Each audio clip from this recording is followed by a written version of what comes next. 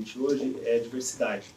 E diversidade é um assunto que extrapola muito a comunicação, é um assunto que a gente gosta muito de falar dele, de receber eventos desse assunto, porque ele sempre gera muita discussão.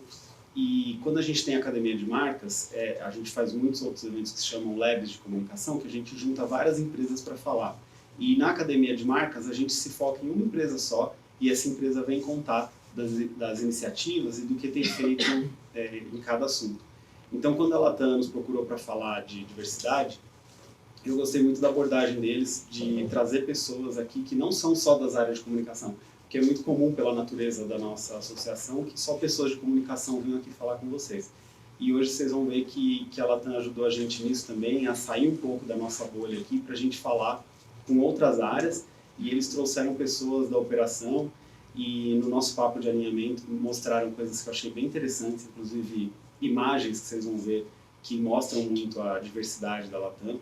E eu gostei muito disso, né, da gente poder sair só dos discursos e eles mostrarem o que eles têm feito e como tem sido essa caminhada da diversidade, que a gente sabe que é difícil para toda empresa. A gente até comentou no alinhamento, né, é uma dor comum para qualquer segmento. A gente vê todo mundo que vem aqui falar de diversidade se mostra preocupado com isso, as empresas têm áreas disso, né? Muita gente fala, o certo era nem ter uma área, né, se a gente tivesse as empresas de fato diversas. Mas a gente sabe que é uma caminhada longa, uma caminhada, eu diria que até mundial. O mundo todo está olhando para isso agora, olhando com muito cuidado, e é bom ver que os nossos associados estão trabalhando para mudar a situação, e vocês vão ver aqui coisas que a Latam já fez que são bem relevantes, tá? Então é isso, eu vou deixar agora a palavra com eles aqui para que eles mesmos se apresentem. E vocês fiquem super à vontade para fazer perguntas, tá? Geralmente, quando tem empresas diferentes, a gente tem debates, mas aqui todos eles se conhecem, então não é um debate. O debate é com vocês. Então, a gente pede para que vocês participem, façam suas perguntas, e a gente vai conversando durante essa tarde, tá bom? Então, obrigado, gente. Fiquem à vontade, tá? Aproveitem o evento aqui. Muito obrigado. Introdução maravilhosa. Incrível. Primeiro, muito obrigado pelo convite. Para nós é uma honra falar sobre esse tema. Diversidade e inclusão é um tema que mora num lugar muito especial no meu coração. Então, eu trago toda essa emoção para falar do tema, porque realmente é um tema que me mobiliza, né? Tá ligado ao meu propósito de vida também. Então, a gente sabe que casar propósito de vida com propósito corporativo, organizacional, é o melhor caminho para a gente conseguir as coisas que a gente quer, né? Então, eu sou uma pessoa que respira e inspira diversidade também. Quero compartilhar um pouquinho com vocês das nossas vivências, né? Tudo aquilo que deu certo pra gente.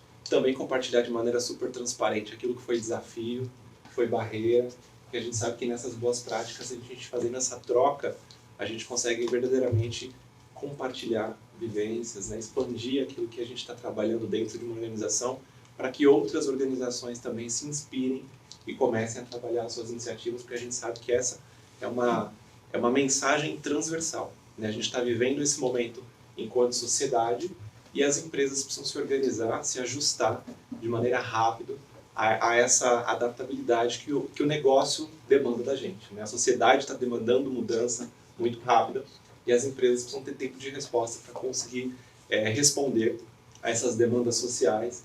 Então a gente está aqui com esse intuito, né, de compartilhar com vocês boas práticas. Como ele bem disse, né, vai ser uma conversa. A gente está aqui para trocar uma ideia, bater papo. Vai ter um momento mais dedicado para perguntas no final que a gente vai disponibilizar, mas fiquem super à vontade. A qualquer momento, pode levantar a mão, a gente vai interagindo, porque acho que dessa forma fica mais agradável para a gente estabelecer aí uma conversa sobre esse tema tão importante para nós. Tá bom? Só me apresentando brevemente, e a gente vai se apresentando ao longo aqui dos temas. Eu sou Henrique Mendes, trabalho na Latam, estou indo aí para 12 anos, né? Sou uma pessoa que começa na Latam na área operacional de aeroportos, então eu entrei no cargo inicial mesmo na empresa, aquele último, quando você olha a pirâmide hierárquica, quem está lá no chão de fábrica, né? Entrei na diretoria de aeroportos, no aeroporto de Congonhas. Dentro do aeroporto, passei por praticamente todas as áreas possíveis ali, até mesmo ocupando um primeiro cargo de gestão na área operacional. E aí fui para a área de projetos na Latam, exatamente quando a gente passou pelo processo de rebrand, né? Quando a gente mudou de marca de TAM para Latam, eu estava na área de projetos que ajudou nesse processo de como seria esse atendimento, essa nova marca nos aeroportos. como que o passageiro sentiria essa diferença, tanto de atendimento, de produto ali visual para a marca. Trabalhei nessa implementação de totens de autoatendimento, tudo aquilo que está de cara ao passageiro ali no aeroporto, era uma das frentes que a gente trabalhava na área de projetos. E aí quando a gente conseguiu fazer todo o processo de início, né, da transformação cultural que a Latam ia passar dali para frente, porque a gente sabe que transformação cultural leva alguns anos, né? Não basta mudar a marca e uma identidade visual que a gente consegue ter uma nova cultura, né?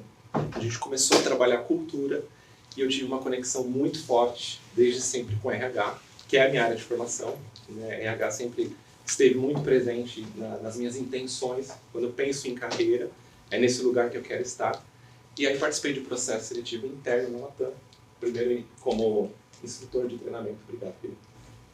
Entrei como instrutor, depois fui para a área de desenvolvimento organizacional, virei coordenador, chefe responsável pela área de recrutamento e seleção nos últimos 3 anos. E é ali que a gente fez essa mágica acontecer, que foi implementar efetivamente as questões de diversidade na Latam.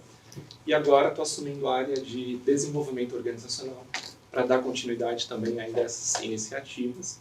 E assim como ele disse, né, muitas empresas possuem áreas de diversidade, outras não.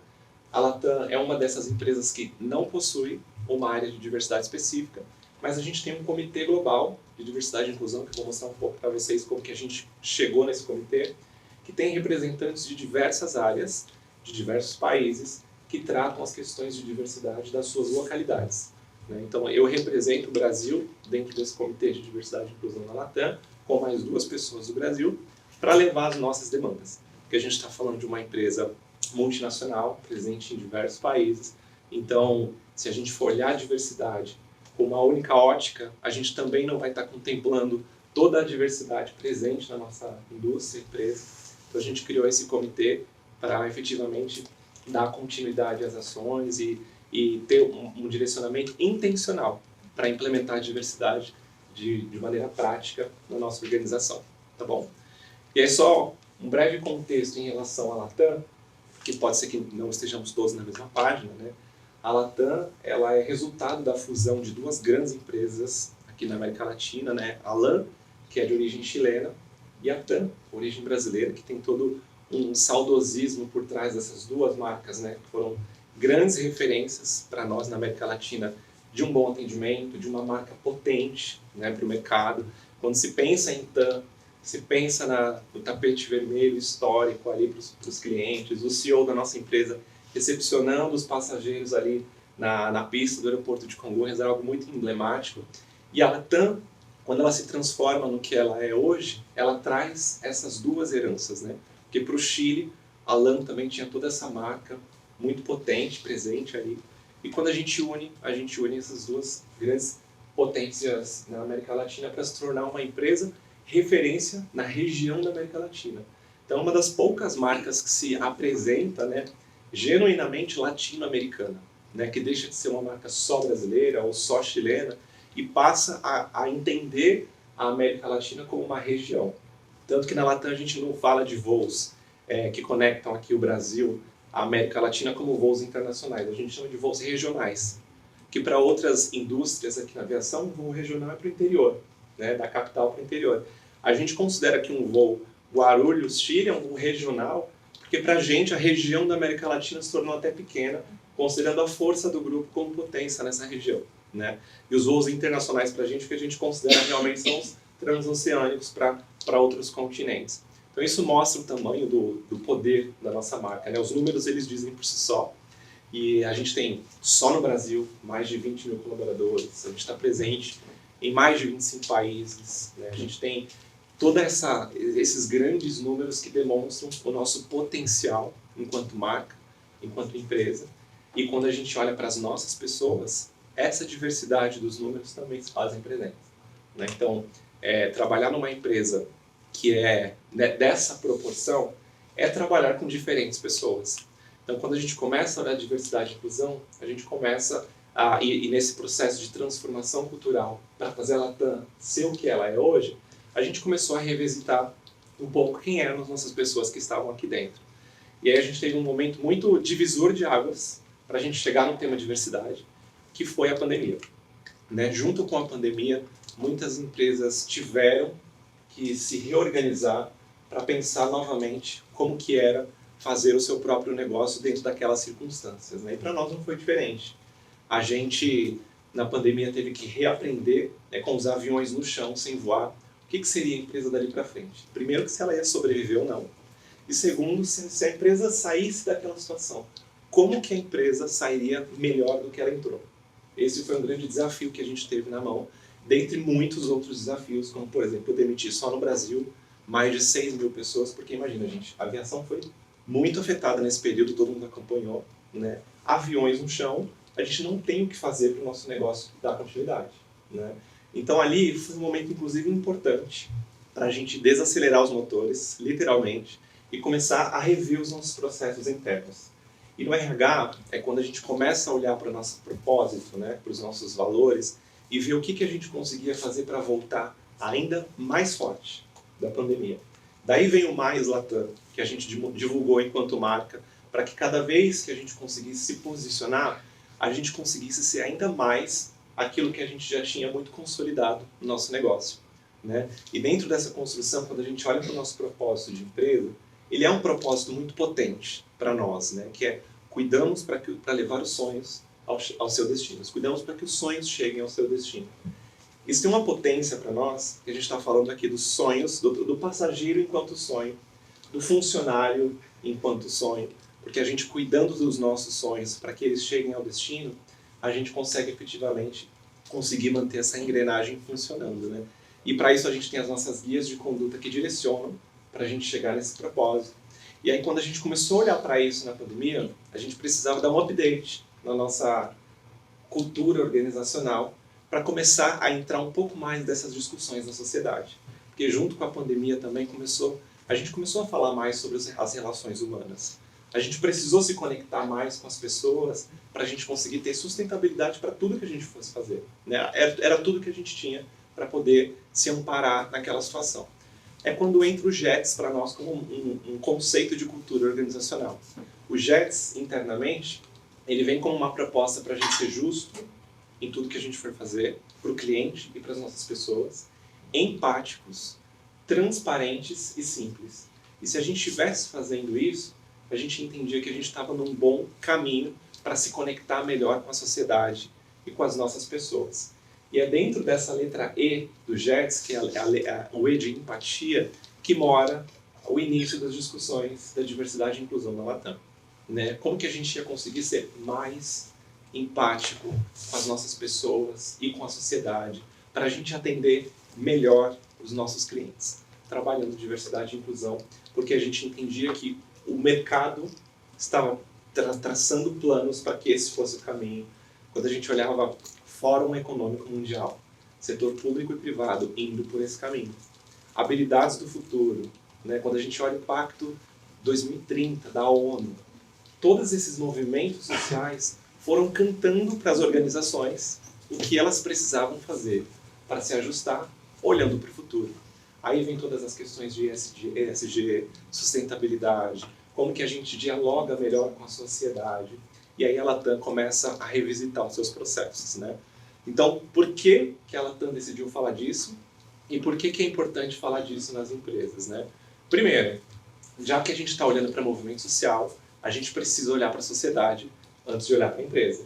Porque se existe algo na sociedade que gera toda essa discussão, a empresa precisa mergulhar na sociedade na qual ela está inserida para saber que ações ela vai ter que agir efetivamente. Primeiro que a gente mora num país das desigualdades e a gente não precisa nem trazer exemplos aqui, porque basta a gente fazer o teste do pescoço no nosso dia a dia, em qualquer ambiente que a gente tiver, que a gente vê as desigualdades se fazendo presentes. O segundo pilar é que muito do discurso que se opõe à diversidade utiliza a meritocracia ou a igualdade para dizer que não se deve falar sobre isso, né? Que não se deve falar sobre as barreiras sociais, porque basta a gente ter a mesma oportunidade que todo mundo consegue chegar em determinado lugar de privilégio ou poder. E a gente sabe que essa não é a realidade, né? A realidade é que a gente precisa de ações intencionais para olhar igual às igualdades e diferente às diferenças.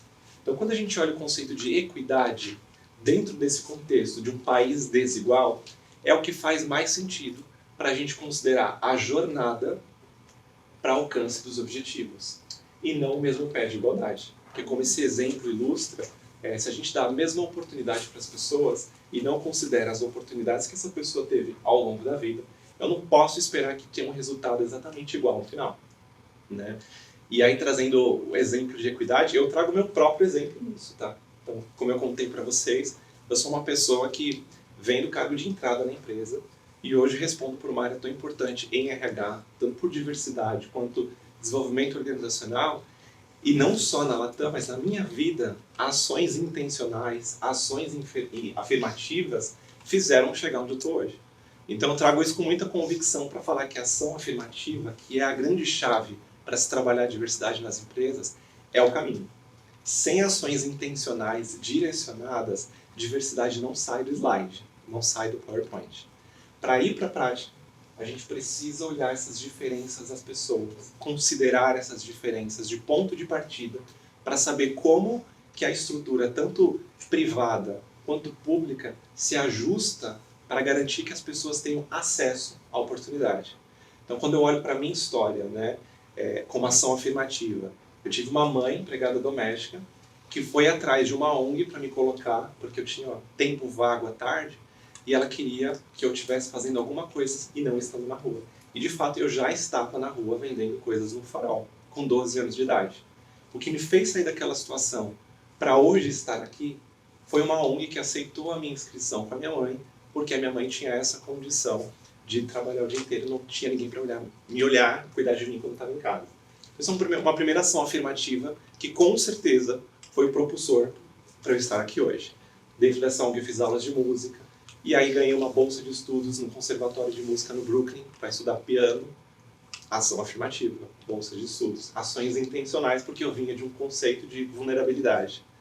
Depois, quando eu quando eu olho para o mercado de trabalho, eu já ali no final da adolescência, a minha irmã ganhou uma bolsa para se tornar comissária de voo aqui no Brasil, na empresa que ela trabalhava.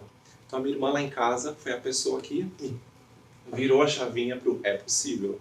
Né? Ela não só ganhou a bolsa de estudos para se tornar comissária, como ela entrou na antiga TAM em 2006 e foi através dela que a gente conseguiu lá em casa ter acesso, por exemplo, à passagem aérea.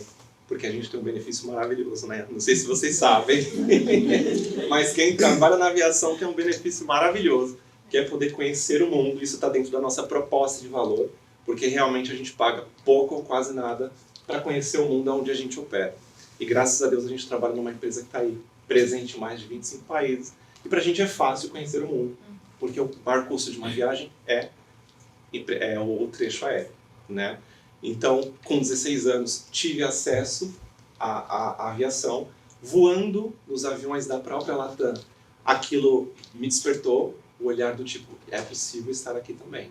O que eu posso fazer? Aí lá vai eu seguir os passos da minha irmã, fazer o curso de comissário, fui atrás dessa oportunidade, com o próprio benefício fui para os Estados Unidos para aprender inglês, voltei com esse idioma, entrei no aeroporto, chegando no aeroporto comecei a ajudar o pessoal a fazer o speech em inglês ali na Copa do Mundo de 2014, em Congonhas. A gente precisava se comunicar com os estrangeiros que estavam por aqui. Comecei a trabalhar nessa frente lá, voluntariamente, lá no aeroporto de Congonhas, de treinar as pessoas para aprenderem a falar inglês para essa oportunidade. Outra ação afirmativa. Eu era despachante no aeroporto de Congonhas, estava lá na pista, e aí a gerente do aeroporto falou, Henrique, na época meu nome era Arthur, porque a gente usava o nome de guerra, né? Arthur, tem uma oportunidade. Agora vai vir a Latam e a gente vai precisar construir os totens de autoatendimento. E você é a melhor pessoa que fala inglês aqui. Você está com visto americano em dia? Eu falei, tô. Então, semana que vem você vai para o Vale do Silício falar com os engenheiros da Apple e da Google sobre o que precisa ter nesse autoatendimento para esse novo atendimento da Latam. Um despachante que estava lá na pista foi para o Vale do Silício falar com os engenheiros da Google. Ação afirmativa, porque poderia ter ido a própria gerente. Né? Então ela deu essa oportunidade para um despachante para estar num lugar de privilégio, né? Porque ela sabia que dali sairia bons frutos para a minha carreira, e não foi diferente. Por isso eu fui para a área de projetos, por isso depois facilitou tudo que veio em seguida. Né? Minha formação acadêmica é através de bolsa de estudos, 100%. Por que eu estou falando tudo disso? Tudo isso, né, usando a minha história. Ação afirmativa. É isso que faz uma pessoa sair de um estado de vulnerabilidade e ocupar espaços e conseguir desenvolver seu talento e crescer dentro de uma organização. E não é só sobre vulnerabilidade, não é só sobre pobreza, né? É também sobre isso. Mas também é entender que no país que a gente vive, só de nascer mulher, já se perde algumas oportunidades de emprego, ou de estar entre os 99% de homens que são CEOs das grandes empresas hoje. Só de nascer com deficiência, já te coloca numa posição de inferioridade dentro das organizações. Só de nascer negro, você já está determinado a ter algumas barreiras na sociedade. Então não é só sobre pobreza, depende daquilo que nasce com a gente. A nossa diversidade primária já dita algumas regras do que você vai sofrer, barreiras ou não na sociedade. Desde inseguranças para falar, desde posicionamento, desde até onde você vai ascender numa empresa, porque você se vê em determinado lugar com base em representatividades, né? Então, trabalhar esse tema nas organizações é apoiar os movimentos sociais, né, os movimentos que são públicos também, né, junto com o poder público. O privado ele entra para buscar ajuste social, buscar esse ajuste de estrutura, para que a corrida esteja um pouco mais igualitária, para que as pessoas tenham, no mínimo, as mesmas condições de alcançar o seu lugar de potencial e privilégio daquilo que a gente quer, né? Então é por isso que a Latam entrou dentro desse contexto para trabalhar a jornada de diversidade e inclusão, né? A gente puxou um diagnóstico e a gente viu através desse diagnóstico que nós tínhamos uma empresa muito estereotipada em diversas áreas, ou com muitas mulheres, ou com muita gente branca, ou com muita gente preta, mas onde estavam essas pessoas pretas na nossa organização? Onde estavam as pessoas com deficiência, que a lei obrigava e a gente não cumpria a cota legal?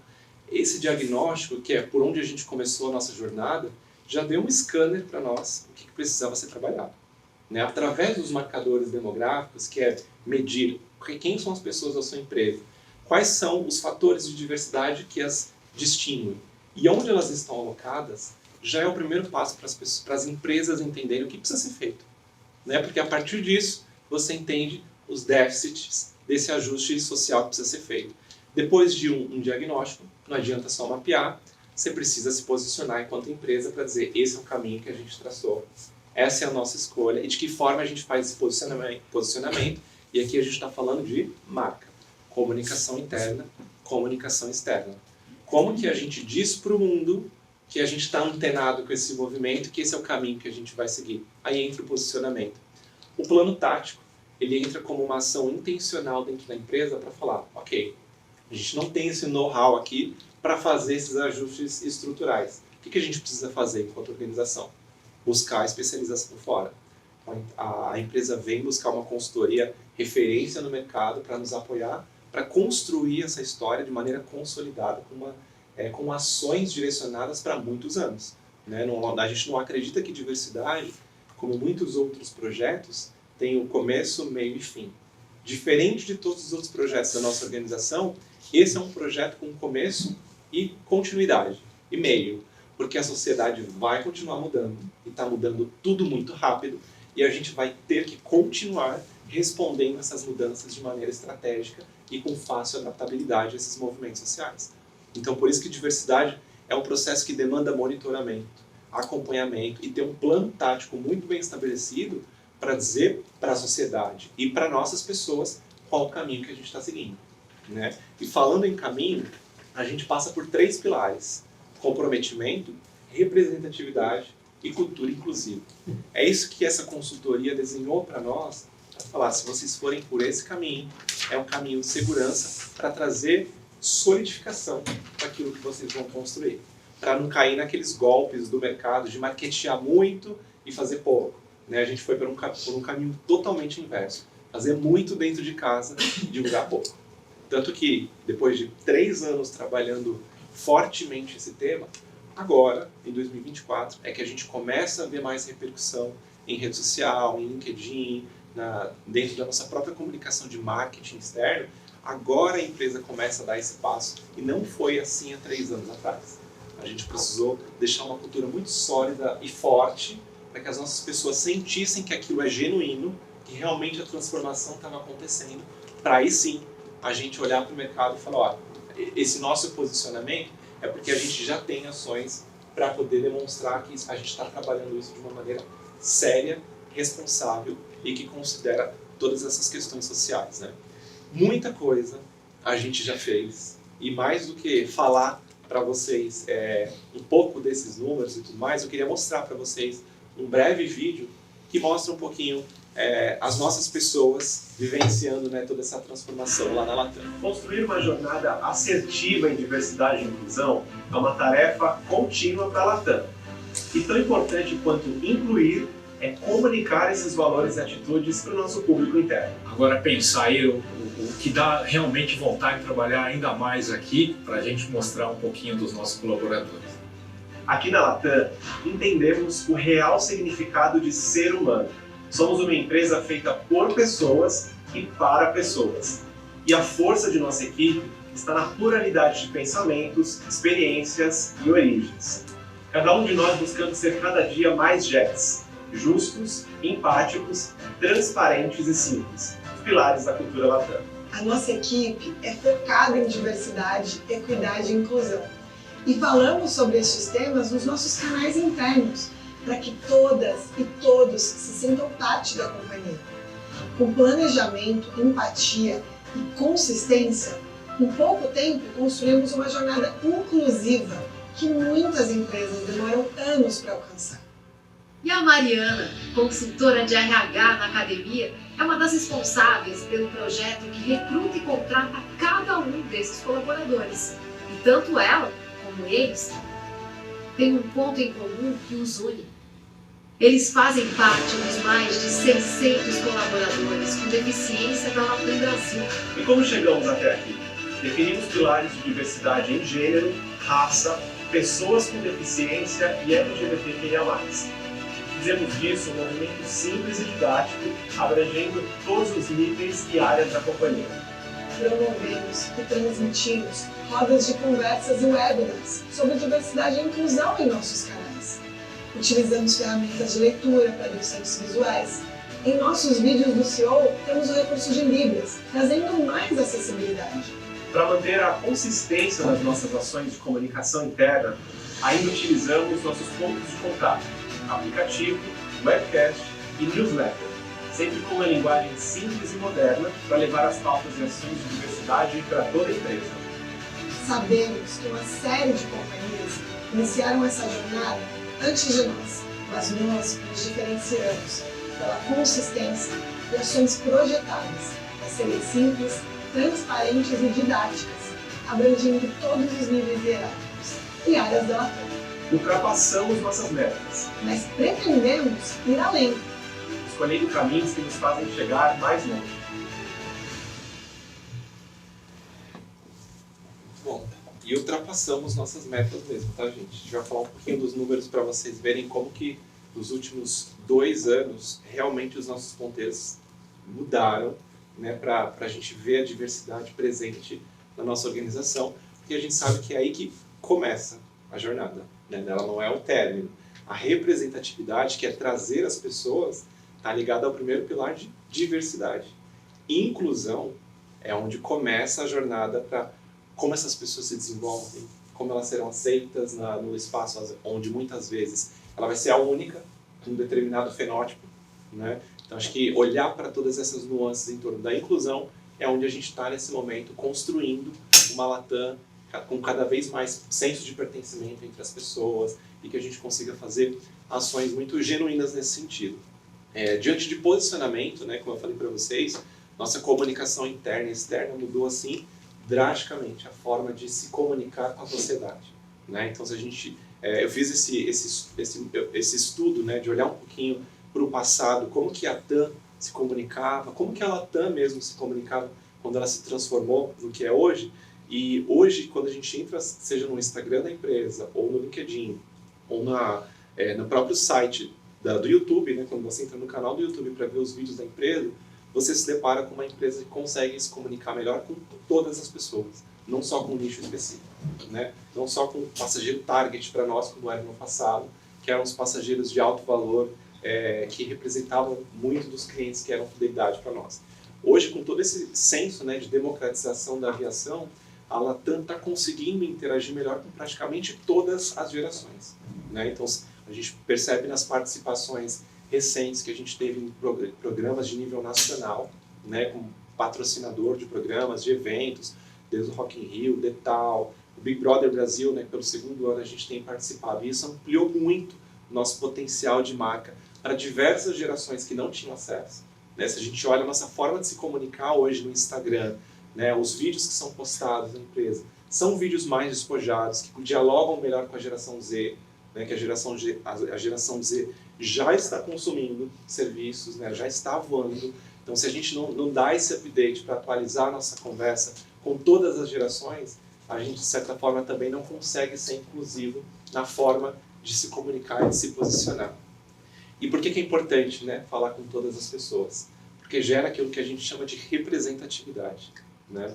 Eu trago essa frase que foi de uma comissária de voo contratada na última turma, agora em setembro, que quando ela chegou lá e viu muitas comissárias parecidas com ela disse assim: como eu estou feliz de olhar em volta e me ver em outros sorrisos. Não coloquei o nome dela porque eu não pedi autorização ainda para usar a frase. Mas eu vou pedir e vou dar os créditos, porque eu vi isso numa postagem no Instagram da própria comissária e eu achei essa frase maravilhosa para refletir um pouco, né, o poder da representatividade, né? E essas imagens trazem um pouco disso, né? A gente está vendo isso não só na aviação, mas em todas as indústrias, né? Onde a gente tinha perfis muito estereotipados de presenças de determinados corpos nos ambientes, e agora a diversidade está rompendo um pouco esses estereótipos e está transformando, né?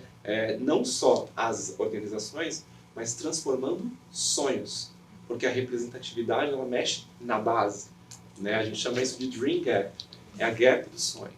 É desde a infância ali, da forma com que a gente cria os nossos filhos, que a gente sabe que ali já começam os estímulos de o que você vai ser quando você crescer, né? E a partir desse o que você vai ser quando você crescer, você precisa se ver representado em alguns espaços para poder tomar uma decisão daquilo que você quer para sua vida.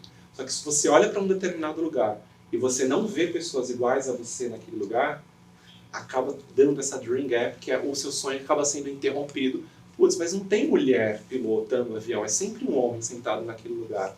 Mas não tem homem lá atrás como comissário de voo, é sempre uma aeromoça. Mas não tem uma pessoa gay trabalhando lá na pista do aeroporto, são sempre os homens, e geralmente são negros. Mas não tem pessoa, essa gap que vai gerando o que a gente chama de status quo, né? As coisas como são. E aí quando a gente mexe nessas estruturas sociais, a gente tem o poder da representatividade ampliando os horizontes para que os sonhos se tornem possíveis, literalmente, né? Embora pareça muito clichê, é isso que a gente vê na prática acontecendo, como, por exemplo, crianças nos aviões fazendo desenhos para as comissárias negras, falando: olha, eu acho você linda, maravilhosa. E, geralmente as crianças que estão fazendo isso são as crianças que se parecem com essas comissárias, que de repente nunca viram alguém como elas ali. Então isso mostra para nós o quanto a representatividade é importante.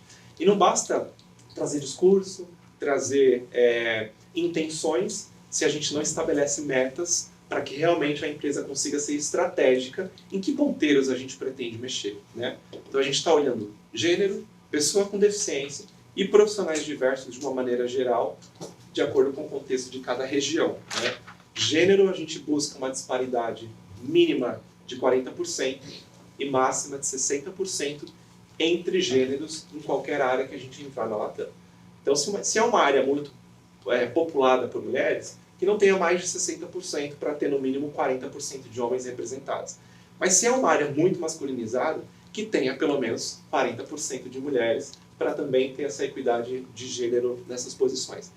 O desafio é muito maior em mecânicos de avião e o desafio é muito maior em pilotos de avião, porque historicamente, dream gap. Qual que é a menina que está ali sendo estimulada para ser piloto de avião ou para ser mecânico de uma aeronave? Então isso traz uma gap estrutural. Então a gente entendendo essa gap, a gente diminui a meta de 40% para 10% de pilotos mulheres até 2030, como uma meta para a gente chegar em relação a gênero.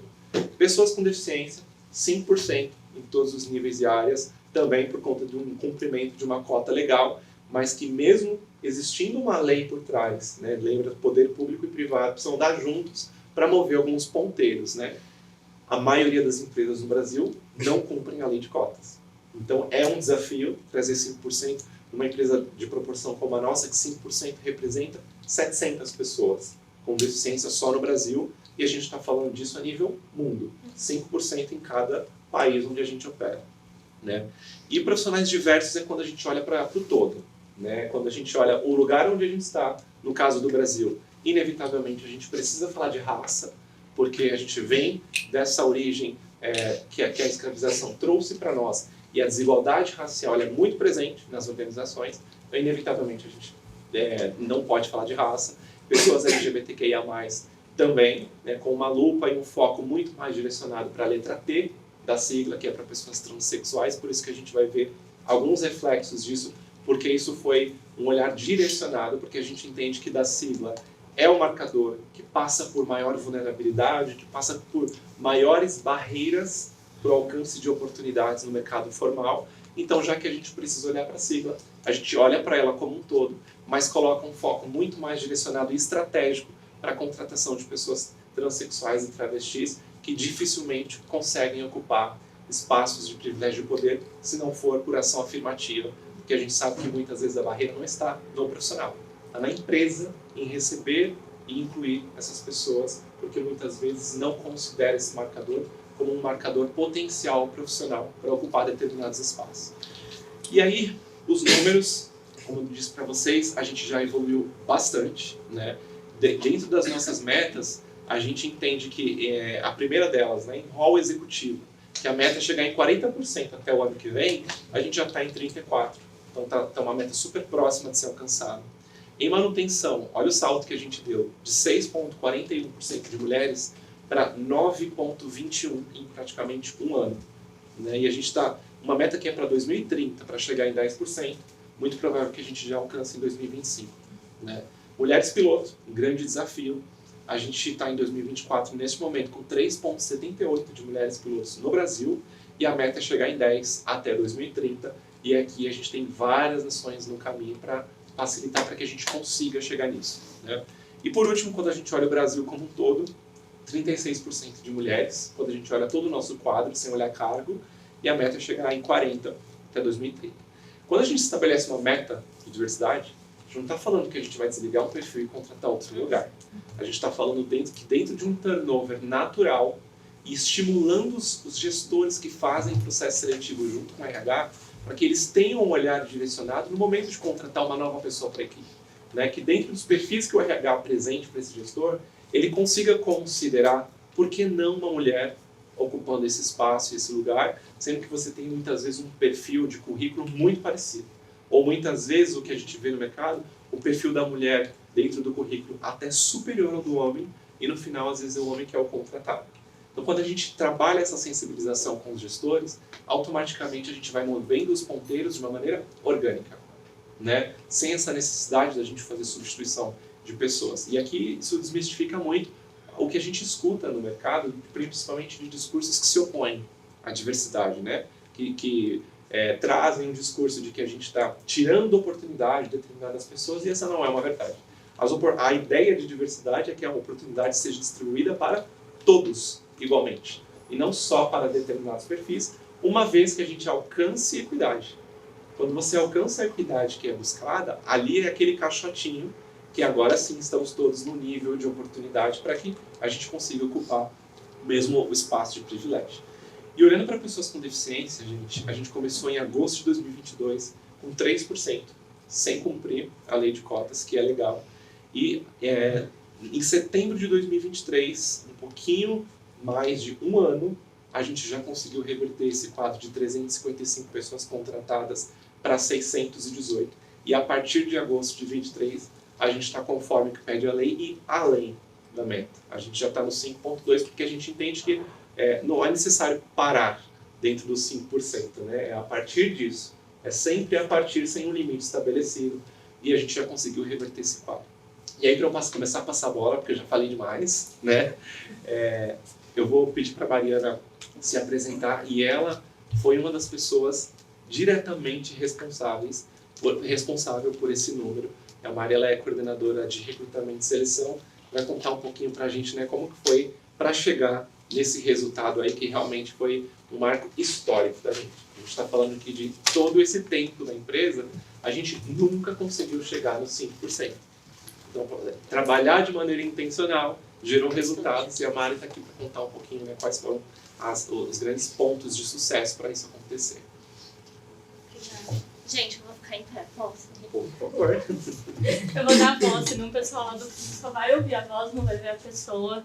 Boa tarde a todos, a todas. Eu sou a Mariana, né? Faço parte do time de seleção hoje como coordenadora do time de seleção da Latam. Estou na Latam há um pouco mais de 5 anos, então contando assim como o Rick contar a minha história aqui na Latam, eu já vinha da área de RH, hoje eu tenho mais ou menos 17 anos de atuação em recrutamento de seleção, já vinha da área de RH, mas eu falei, eu quero um desafio diferente. Sabe aquela brincadeira, eu vou sair da zona de conforto? Nunca mais eu encontrei, tá bom? Quando eu cheguei na Latam, movimento legal. Mas eu cheguei na Latam para fazer vaga, né? Como a maior parte das analistas, dos analistas do time. Então, passei pela área de aeroportos, pensando que aeroportos, cargas, tripulação. Então, cuidei um pouco da área de tripulantes de cabine, que são os nossos comissários. Fui responsável por um período também pela contratação dos nossos pilotos. Depois fiquei um período fazendo só posições executivas, já na gestão do Henrique, atuando como consultora, já com um olhar um pouco mais estratégico, e voltando hoje a 20 dias da minha licença maternidade como coordenadora de recrutamento e seleção. Eu vi um Zé fofo, né, gente? Mas é isso. Fofo. 20 dias de retorno e assumindo esse novo desafio, né? Sou psicóloga, tenho uma formação também, né, na área de gestão de pessoas, mas com a minha atuação realmente toda voltada para RH, tá? Rick, pode mudar, por gentileza?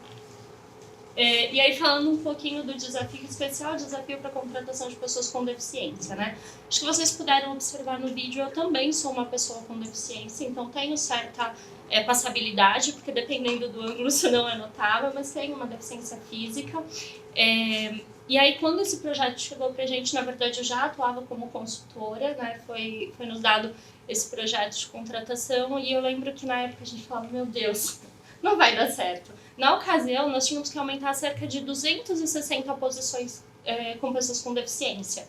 A gente falava, gente, jamais, a gente tem isso, né, em toda a Latam, como a gente vai aumentar em um ano? Então, inicialmente a gente brincava que a gente estava construindo um dossiê com uma série de ações intencionais, obviamente, mas para falar, olha, gente, a gente não chegou, mas a gente tentou. E, na verdade, a gente teve um reflexo extremamente positivo de todas essas ações, né? Então, contar para vocês, foram vários botões que foram apertados de maneira simultânea, mas estrategicamente desenhados, né? Então, acho que o primeiro diferencial, e conversando um pouquinho com o Henrique, ele falou, Mari, conta o que a gente teve como diferencial, né? O que apoiou realmente nesse projeto, falou, poxa, tem várias empresas atuando realmente para a contratação de pessoas com deficiência. O que fez que nesse momento a gente conseguiu, a gente alcançou esse marco? Com certeza foi o apoio da alta gestão, né? Então nós tínhamos a alta liderança, a nossa diretoria, nosso CEO representando, né, em uma mesa, olhando semanalmente o indicador de contratação de pessoas com deficiência. E aí, muito além disso, de olhar esse indicador, a gente compartilhou a responsabilidade por diretorias. Porque era muito fácil, a gente falava, não, mas na minha diretoria é super difícil de contratar, não dá, gente, joga toda para a diretoria do colega. Não, a gente dividiu a meta por diretorias e daí a gente tangibilizou, falou, olha, as ações são essas, eu preciso que na sua diretoria, por mês, você tenha a contratação de X pessoas com deficiência. No final do projeto, a gente vai alcançar 264 na Latam. Isso, né, era a meta até dezembro de 2023. A gente acabou passando, mas quando a gente olhou o plano inicial, eram 264 pessoas, dividindo por todas as diretorias. Ainda assim, era muito. E aí o pessoal falava, não, é muito alto, é muito diferente esse desafio. E a gente dividiu de novo, a gente fez um escalonamento mensal. Então, olhando também Headcount, que fez toda a diferença, mensalmente a gente calibrava o indicador. Então, vou dar um exemplo. Na diretoria de aeroportos, no primeiro mês eu preciso que sejam contratados 16, e aí dividindo, né, ao longo do ano a gente vai alcançar a meta da diretoria de aeroportos. Beleza, 16 por mês para todos os aeroportos nível Brasil a gente alcança. Aí quando chegou em manutenção, o pessoal falou, não alcança. não chega, né? Porque eu não tenho técnicos especializados, porque a gente precisa de uma mão de obra especializada, a gente não vai chegar. E daí a gente desdobrou um novo projeto. E tudo isso acontecendo, gente, de maneira simultânea, literalmente trocando a roda com o avião no céu, sabe? Então a gente falou, tá bom, não vai dar, em manutenção a gente não vai alcançar. Então a gente desenvolveu junto à diretoria de aeroportos a escola Latam, que foi uma escola voltada foi um projeto para a contratação de pessoas com deficiência dentro da área de manutenção. E ali a gente estimulava um cargo de entrada, mas a gente custeava uma porcentagem de uma bolsa de estudos para que não fosse só um cargo de entrada, para que aqueles profissionais pudessem se desenvolver. Assim como eu, por exemplo, Mariana, quando entrei na Latam, tinha um cargo específico, eu percorri, né, pela minha carreira dentro de algumas outras posições. Então a gente escolheu ali, a gente desenvolveu o projeto Escola Latam e falou, manutenção, tudo certo, agora vocês entregam também. E esse foi o olhar por diretoria. Então, por exemplo, a área de operações, a Dani vai contar um pouquinho da área dela, mas também para o voo a gente não podia desmembrar essa meta porque a gente tem uma questão de legislação, a gente não consegue. Então, para áreas administrativas, dentro dessa diretoria, a gente foi dividindo a meta por diretorias e por mês, que eu acho que foi o pulo do gato, né? Se eu puder compartilhar com vocês dicas, a gente sabe que dentro de um ano nós tínhamos um objetivo de mais ou menos 264 pessoas. E era muito agressivo quando a gente olhava o gráfico daqui para cá. Mas quando a gente dividiu isso por mês, ficou fácil, né? Relativamente fácil, estou sendo muito otimista. Mas virou realmente uma meta possível, né? Foi algo que falou, não, vai dar certo, a gente consegue. E aí, isso que a gente desmembrou junto às diretorias, a gente desmembrou também, por exemplo, dentro de seleção. Então, cada analista sabia exatamente qual era o seu objetivo, qual era a sua meta e de que forma, né, quais passos que seriam dados ao longo desse ano para alcançar os 5%, tá? E aí, que eu acho que também foi incrível, eu falei para vocês do indicador, mas nós tínhamos uma mesa de acompanhamento semanal e essa mesa, ela permanece. Então, a gente tem um indicador que foi criado para acompanhar a meta de pessoas com deficiência dentro da Latam e mesmo depois de alcançado o objetivo, a gente permanece calibrando esse indicador, que eu acho que é bastante importante e tem feito a diferença no nosso dia a dia. Junto a isso, nós criamos um programa de indicação de talentos de pessoas com deficiência e aí dentro desse programa nós tivemos mais de 80 colaboradores da Latam que foram bonificados por conta do sucesso da sua indicação.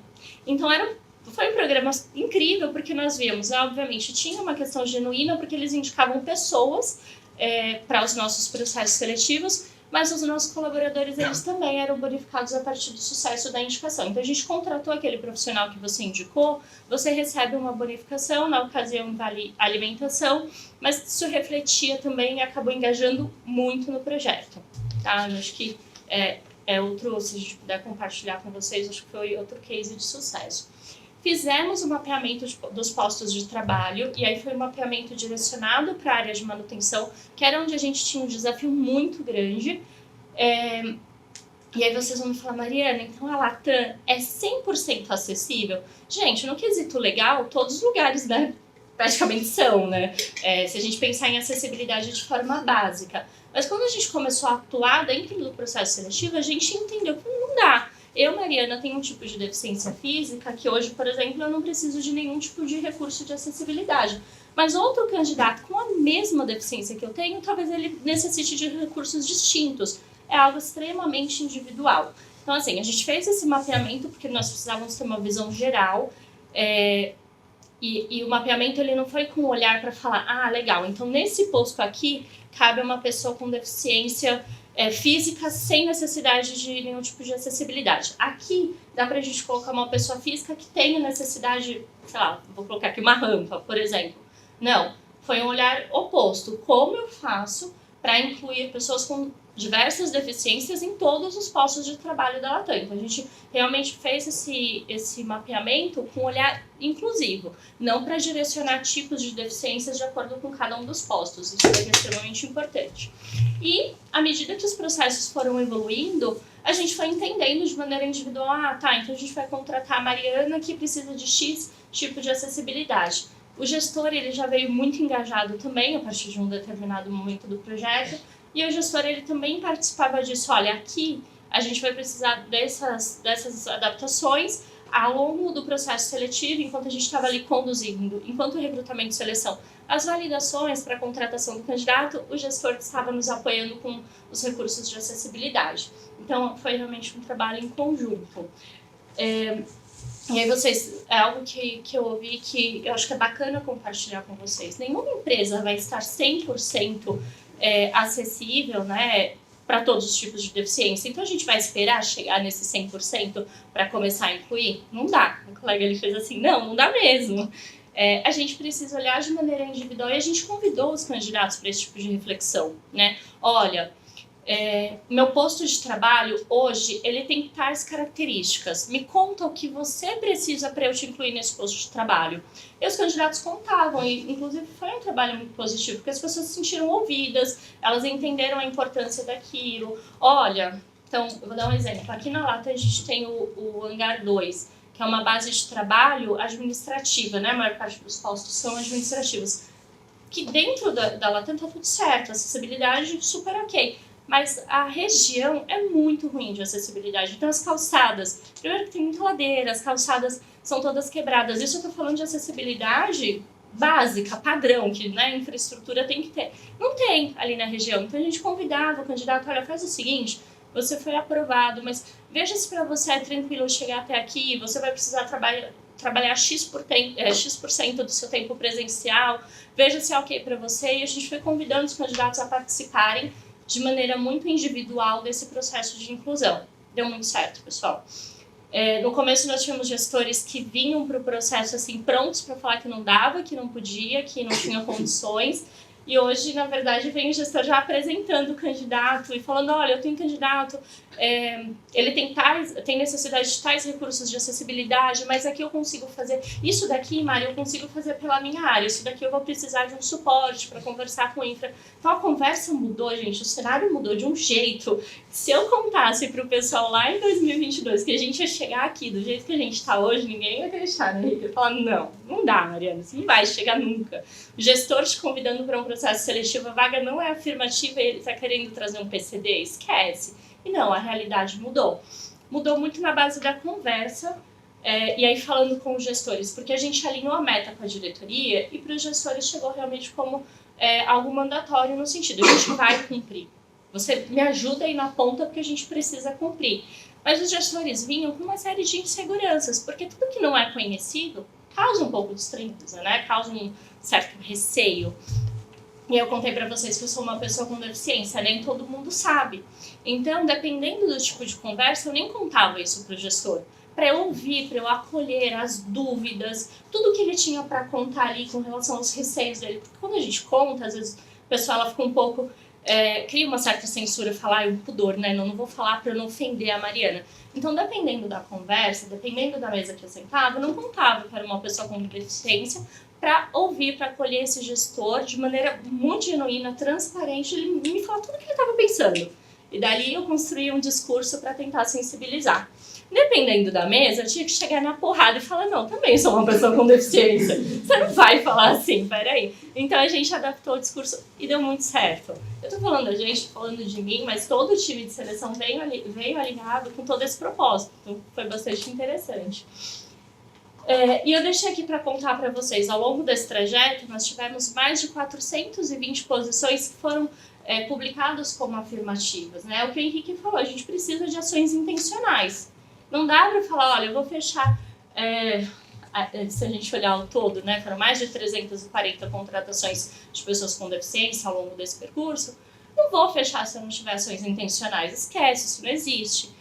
E por que publicar uma vaga afirmativa, Mariana? Teoricamente, todas as vagas são elegíveis para pessoas com deficiência, porque as pessoas não se veem nesse lugar, né? Vocês contarem e falar assim, eu vou fazer a contratação de um coordenador de recrutamento e seleção.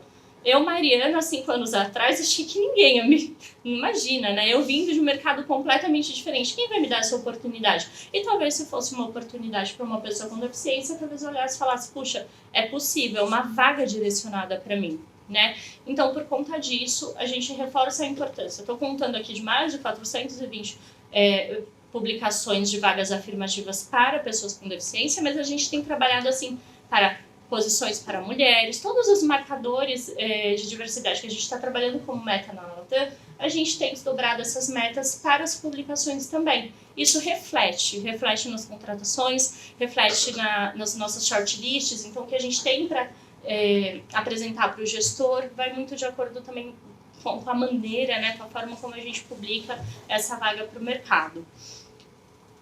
Acho que é isso, Rick. Esqueci de alguma coisa. Gostaria de complementar, pessoal. Então, contando um pouquinho sobre o projeto de contratação. E aí é algo que eu conto com muito orgulho, que a gente bateu a meta, porque na ocasião nossa meta de 5% era em um ano, então a gente bateu essa meta de 5% com um período inferior a um ano, né, de projeto, e hoje nós estamos calibrando a meta para 5,2. Então a gente chegou na meta, a gente dobrou a meta e a gente continua trabalhando pessoas com deficiência. Obrigada. Legal, Mari, mas obrigado a vocês. É muito bacana a Mari falar desse resumo, tá, gente? Porque, como ela falou, foram vários botões ao mesmo tempo. Isso foi um pouco do diferencial para nós, que foi fator-chave de sucesso, né? E a gente não fez só ações para contratar, mas também para não demitir, né? As ações de retenção e desenvolvimento, que foram paralelas igualmente. Então, no começo, a gente sempre enxugava gelo, era o que a gente usava lá, né? Que a gente contratava 2 pessoas e 2 saíam da empresa, no final do mês era 0. Né? A gente contratava 3, saía 9. Aí a gente ficava devendo aquele mês. Então a gente começou a fazer ações intencionais também para reter e desenvolver as pessoas. Como? Né? Como que a gente fazia isso? Primeiro, um comitê de desligamento para pessoa com deficiência. Então, sim, no Brasil inteiro, todas as pessoas com deficiência que iam ser desligadas caía para mim e para a Mariana, para a gente fazer uma análise de por que essa pessoa estava sendo desligada. Porque a torneira estava aberta, literalmente. Né? E a gente se surpreendeu com esse movimento também. Porque quando a gente buscava os perfis que estavam sendo desligados, a gente começava a fazer uma análise de histórico daquele profissional na empresa. Desde quando que essa pessoa entrou, quem entrou com ela, na mesma turma, no mesmo momento, onde estão essas pessoas? Elas cresceram, elas se desenvolveram, viraram líderes? Por que essa pessoa ficou 4, 5, 6, 10 anos na mesma posição? Como está a avaliação de desempenho dessa pessoa nos últimos anos? Cumpre com o esperado, excepcional? A gente não via coerência naquele desligamento. E a gente trazia o gestor para uma conversa.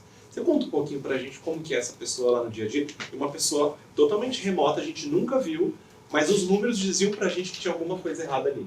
E aí, essa coisa errada muitas vezes era o viés inconsciente, né? Que é o quanto os nossos vieses vão trazendo para nós tomada de decisão sobre a vida do outro com base nas nossas percepções. Né? E aí a gente se deparou com situações desse tipo. 10 pessoas que entraram junto com aquela pessoa com deficiência, promovidas em cargos diferentes em outras áreas, e aquela pessoa na mesma posição. E aí a gente voltava para o gestor falando, olha, a gente não vê sentido nesse desligamento por toda essa construção, a gente sugere que você consiga fazer pelo menos mais um ciclo de avaliação de desempenho de um ano, para você conseguir dar feedback, acompanhar o que falta para essa pessoa ser o próximo líder, porque todos os outros que entraram junto com ela já são. Quais são as gaps que você identifica nessa pessoa? E aí, quando vinham as gaps, a gente entendia que era um viés inconsciente. Daí a gente trabalhava as duas coisas. O gestor, para que ele tivesse um olhar direcionado para desenvolver essa pessoa. No ano seguinte, em vez de um desligamento, a gente tinha uma promoção. Essa que foi a realidade. Isso a gente viu acontecendo na prática. Né? Então, a gente não só reteve aquele talento, mas conseguiu desenvolver. O gestor passou a enxergar aquela pessoa, que estava por anos ali, café com leite na equipe, justamente por conta da condição. E outra questão que eu acho que é bacana a gente contar também é a questão do recenso. Então, a partir de um determinado momento do nosso projeto, a gente estabeleceu um recenso. E por que não desde o início? Né? Porque essas pessoas elas não tinham segurança psicológica. Tinha gestor que tinha colaborador PCD no seu quadro, mas ele não tinha ideia que a pessoa tinha uma deficiência e a pessoa também não queria contar. Por quê? Porque tem todo o estereótipo, né? Um estigma atrelado a uma pessoa com deficiência. Você não é mais um profissional, você é um PCD. Então, tinham vários colaboradores que não contavam, não traziam essa informação, o gestor também não identificava. Então, depois de um determinado momento, a gente fez o recenso, né, contando realmente qual era a intenção do processo, e foi muito positivo, porque essas pessoas sentiram a vontade para trazer a informação e entenderam que aquilo não era nem algo positivo nem negativo, era só mais uma informação de um colaborador dentro da Latam. Perfeito. E aí, olhando para outro case de sucesso que a gente teve na Latam nesse período, a gente olha para a questão de raça também, né? Só para vocês terem noção, a gente sai de 32% de pessoas negras na Latam para 36%. Parece pouco o salto, né, de 4 pontos percentuais, mas a gente está falando aí de 5.000 para 7.200 pessoas dentro de um quadro com 20 mil pessoas no Brasil hoje, né? Então, quando a gente olha essa proporção, primeiro que não existe uma meta direcionada para quantos negros a gente quer contratar, mas algumas coisas precisam fazer sentido, né? Então, se no Brasil a gente tem 54, entre 54 e 56% de pessoas negras, e a gente não via essa porcentagem refletida em praticamente nenhuma área, a não ser o chão de fábrica, isso já passava uma mensagem de nós somos uma empresa diversa em relação à raça. Mas a segunda pergunta era, aonde estão essas pessoas? Né? E aí, com base nisso, começar a construir ações direcionadas e intencionais para mexer nas estruturas e entender por que a gente não tinha essa representatividade que tem no Brasil em todas as esferas da nossa empresa, em todas as áreas. E aí tem uma área em particular que fez um trabalho incrível nesse sentido, sem uma meta estabelecida, mas mudando ajustes do processo seletivo, que é a área de tripulação de cabine, né, que são os comissários e as comissárias de voo. Então, mostrando um pouquinho para vocês de como chegamos a essas ações. Né? Só a título de história, a primeira comissária de voo foi em 1930, que foi a Ellen Church lá na United Airlines, nos Estados Unidos. A primeira comissária negra, a primeira aeromoça negra lá nos Estados Unidos também, foi a Joanne Dorsey, em 1960, na American Airlines. A gente está falando de 30 anos de gap entre uma primeira comissária branca e uma primeira comissária negra na origem da aviação, que é nos Estados Unidos. Né? Isso trouxe reflexos para nós no Brasil também, porque criou-se alguns estereótipos em torno da profissão, né? E a gente teve algumas barreiras a serem quebradas por conta desses estereótipos presentes no grupo de voo. Né? Só para vocês terem noção, a gente subiu de 10% de comissários e comissárias negros em 2019 para 21%, só nesse período que a gente começou a trabalhar intencionalmente diversidade e inclusão, sem uma meta, só nos ajustes de processo seletivo, ajustes estruturais em como a gente recruta essas pessoas e quais eram os crivos de processo seletivo que a gente usava que afastavam esses perfis. Né? Porque a gente também tinha um processo seletivo excludente. Desde a busca do perfil estereótipo, porque literalmente, gente, não só no Brasil, ainda tem empresas internacionais que fazem quase que um desfile de modas, né? Podem entrar as meninas, elas desfilavam, entravam e saíam da sala. Senta, levanta, sai, aprovado, reprovado. O processo seletivo de tripulação de cabine no mundo era assim que funcionava. A pessoa às vezes nem falava no processo seletivo. Ali já tinha uma aprovação inicial. E essa aprovação inicial é de perfil do estereótipo corporal. Né? Tanto para raça, quanto para questões estéticas de um corpo alto, magro. Né? Então, mexer nessa estrutura do porquê só esse perfil corporal, por que só esse tipo de pessoa, é que a gente chega num dos cases também muito importante para nós, que é o que a Dani vai contar um pouquinho, que ela foi uma das pessoas também diretamente responsável por esse salto aqui, e ela vai contar para nós como que foi esse processo. Gente, boa tarde. É um prazer poder compartilhar um pouquinho, né, dessa experiência aqui da Latam com vocês hoje, nessa tarde. Eu me chamo Daniela Simão, sou uma mulher preta, mãe solo de duas crianças, né, uma quase adulta aí, uma que vai fazer 18 anos, um garotinho de 4 anos. E estou na Latam há 13 anos. Né, entrei também, como o Henrique trouxe muito bem, né, na base ali operacional, no check-in, né, do aeroporto de Guarulhos. E trabalhei diretamente nessa parte operacional de aeroportos por 4 anos. Né, já tinha aí uma formação administrativa, também por uma ação afirmativa, também sou bolsista, fui bolsista. O idioma que eu tenho também foi por ONG. E ingressei, né, na aviação, não por um acaso, porque eu falo que não existem acasos, mas eu tinha uma formação na administração e trabalhava com carga aérea. E acabei entrando aí na TAM, né, nessa parte da operação. Fiquei aí durante 4 anos tentando fazer uma movimentação, porque eu já tinha na época uma pós-graduação, e tentando fazer uma movimentação de carreira, mas eu passei muito por esse lugar que o Henrique trouxe de: será que realmente está pronta? Será que realmente tem um perfil? Foram 13 processos seletivos que eu passei durante esses 4 anos até eu conseguir uma oportunidade para ir para uma área um pouco mais estratégica. Eu comecei a trabalhar com melhoria contínua quando veio realmente a integração entre LAN e TAM. Né? Então eu fui trabalhar numa área chamada Serviço a Bordo, que cuida da comida do avião, vamos dizer assim, basicamente, porque todo mundo, né, que a gente tem de vários ramos da comida do avião com um processo de melhoria contínua ali. E aí foi quando eu comecei a ter um pouco mais de acesso e contato com a equipe de tripulação, né? Eu tenho aqui alguns comissários, inclusive da minha equipe, hoje aqui presentes, então às vezes eu vou olhar porque eles estão aqui, é um prazer realmente ter vocês aqui. Eu comecei a ter um pouco mais de contato, a conhecer como que é o processo de tripulação. Até então, gente, eu até fazia uma ideia do que é o trabalho do comissário de voo pelo que eu via no aeroporto, mas me aprofundar nesse tema foi realmente a partir do momento que eu fui trabalhar em serviço a bordo, porque eu tive que me aprofundar no que o tripulante executa na rotina do dia a dia.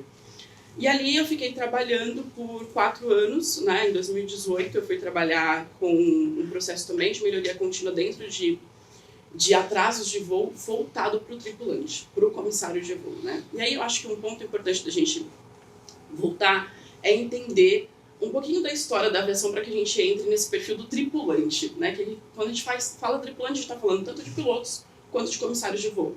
E é inevitável trazer que a aviação ela é uma herança do militarismo, né? Então a gente tem ali, a partir disso, já um perfil muito segmentado, vamos dizer assim, né? Então, um perfil patriarcal, misógino, sexista, né? Não se tinha homens como na profissão de comissário de voo, e sim a aeromoça, que tinha que ter esse padrão estereotipado. Então tinha que ser uma mulher com uma faixa de idade a princípio, então você tinha um limite ali de até 24 anos, altura mínima, 1,70 m de altura, pele branca, né, olhos claros, cabelos lisos. Então existia todo um padrão estereotipado de quem era previsto para aquela profissão, né? A mulher, por quê? Porque era a tarefa do cuidado, né? Cuidado, enfermeira. Então tinha também esse outro viés aí dentro da profissão da aviação. Passado o tempo, né, a gente tem aí o comissário de voo, que aí você passa a aceitar o gênero masculino, mas ainda assim estereotipado dentro de um perfil heteronormativo, né? Então você tinha, por mais que você fosse homossexual, você tinha que se performar dentro de uma heteronormatividade para conseguir ser aceito, né? Então, a partir disso, vocês já começam aí a ter um pouquinho de clareza, né, de qual que é a nossa dificuldade quando a gente fala do grupo de voo, tá? Eu fui convidada para ser supervisora, né, gestora aí da equipe de tripulação de cabine no início do ano passado, janeiro do ano passado. Tem 1 ano e 8 meses que eu estou nessa posição, né? Sou a primeira mulher preta a ocupar o cargo de gestão de tripulante de cabine, né? Isso é realmente, para mim, muito importante, né? Fazer parte desse momento da história, porque se você, inclusive, olhar para outras companhias aéreas no Brasil, não tem outras pessoas ocupando essa posição de pele preta. E eu passei a ocupar aí essa posição. Hoje a gente tem um grupo se a gente fala só de tripulantes, a gente está falando de um marcador de quase 6 mil pessoas. E quando a gente fala de comissários de voo, 4.500 pessoas. É um público muito grande. Só na minha equipe são quase 500 pessoas. E aí o desafio maior, né, o Henrique trouxe muito bem através dos dados, é a gente ir rompendo essa ideia do padrão do corpo que é aceito para ser comissário de voo. Esse foi um grande desafio. Acho que uma das primeiras discussões que a gente teve a respeito desse tema, eu não era supervisora ainda, eu era analista. Foi em 2021, quando houve ali uma roda de conversa, um debate para a gente entender o que seria necessário para que eu conseguisse dar o acesso para essas pessoas estarem ocupando esse cargo, né? E aí um dos primeiros pontos que a gente começou a revisitar foi realmente a grade curricular. O que é exigido para ser um comissário de voo? Além do curso, você precisa ter um segundo idioma fluente. E isso é caro, né? A maioria das pessoas da nossa sociedade só tem acesso ao idioma que realmente tem um perfil mais elitista. Se você consegue fazer um intercâmbio para que você tenha um idioma fluente. Caso contrário, você não tem acesso a isso, né? Você vai ter, no máximo, com muito esforço e através de ações afirmativas, o básico, que era o que eu tinha, né? O intermediário, que foi o que eu fui avançando dentro da aviação. Então, um dos primeiros pontos que a gente trabalhou na nossa área, e isso vem muito do trabalho da gerência e também ali a faixa da supervisão e da gestão, foi entender que era importante tirar esse ponto como uma exigência, né? Então, precisa ter o idioma. Então, tá, se você tiver o idioma, pra gente tá bem, mas se você não tiver, também vamos pensar em formas de que você desenvolva esse idioma dentro da companhia, né? Então, acho que esse foi um dos primeiros pontos. E aí vieram aí outros pontos, né, como, por exemplo, acessar essas pessoas no Brasil como um todo. Porque se a gente parar também para olhar na história, uma das primeiras companhias aéreas que surgem no Brasil surge no sul do país. Então também o que facilita ter esse perfil de corpo já mais estereotipado. E aí o acesso das pessoas para conseguir vir até São Paulo para fazer o processo seletivo. Então a gente mudou isso, né? Veio aí também a era digital, que ajudou muito de você ter um processo seletivo de forma online, mas quando a gente precisava fazer aí, em alguns momentos a gente fez uma mudança, né, de tentar ir até o próprio candidato. Então o gestor vai até o candidato para fazer esse processo seletivo. É muito mais fácil eu, como gestora, ir entrevistar 20, 50 pessoas do que mandar 50 pessoas vir para São Paulo, e essa pessoa tem que ter recursos financeiros. Isso também tem que ser levado em consideração. E aí um trabalho que foi feito muito forte com a equipe de RH, com nós como gestores, foi trazer essas pautas de roda de conversa, da importância de entender a história, né, do nosso país, das pessoas, para que a gente pudesse, no momento de fazer a seleção, não levar esse viés inconsciente como uma das prerrogativas, porque senão é muito comum, né, vamos dizer assim, que uma pessoa que sempre fez um processo seletivo, levando em consideração isso que o Henrique trouxe, corpos, ela chegar dentro de um processo seletivo e ela levar isso em consideração de novo. Então a gente precisou realmente fazer um trabalho de mudança de mentalidade da gestão para que a gente conseguisse fazer essa abertura e trazer esse grupo mais pluralizado, né, para o voo, né, que aí tem até uma foto que o Henrique trouxe aqui, né, do perfil de comissário que a gente tinha, né, então quando a gente tinha, aqui é uma formatura de comissários, né, a gente tem uma formatura para quando se formam os comissários, e aí a gente tem aqui uma imagem, né, de como era na era TAM e inclusive na era Latam, né, de qual que era o padrão.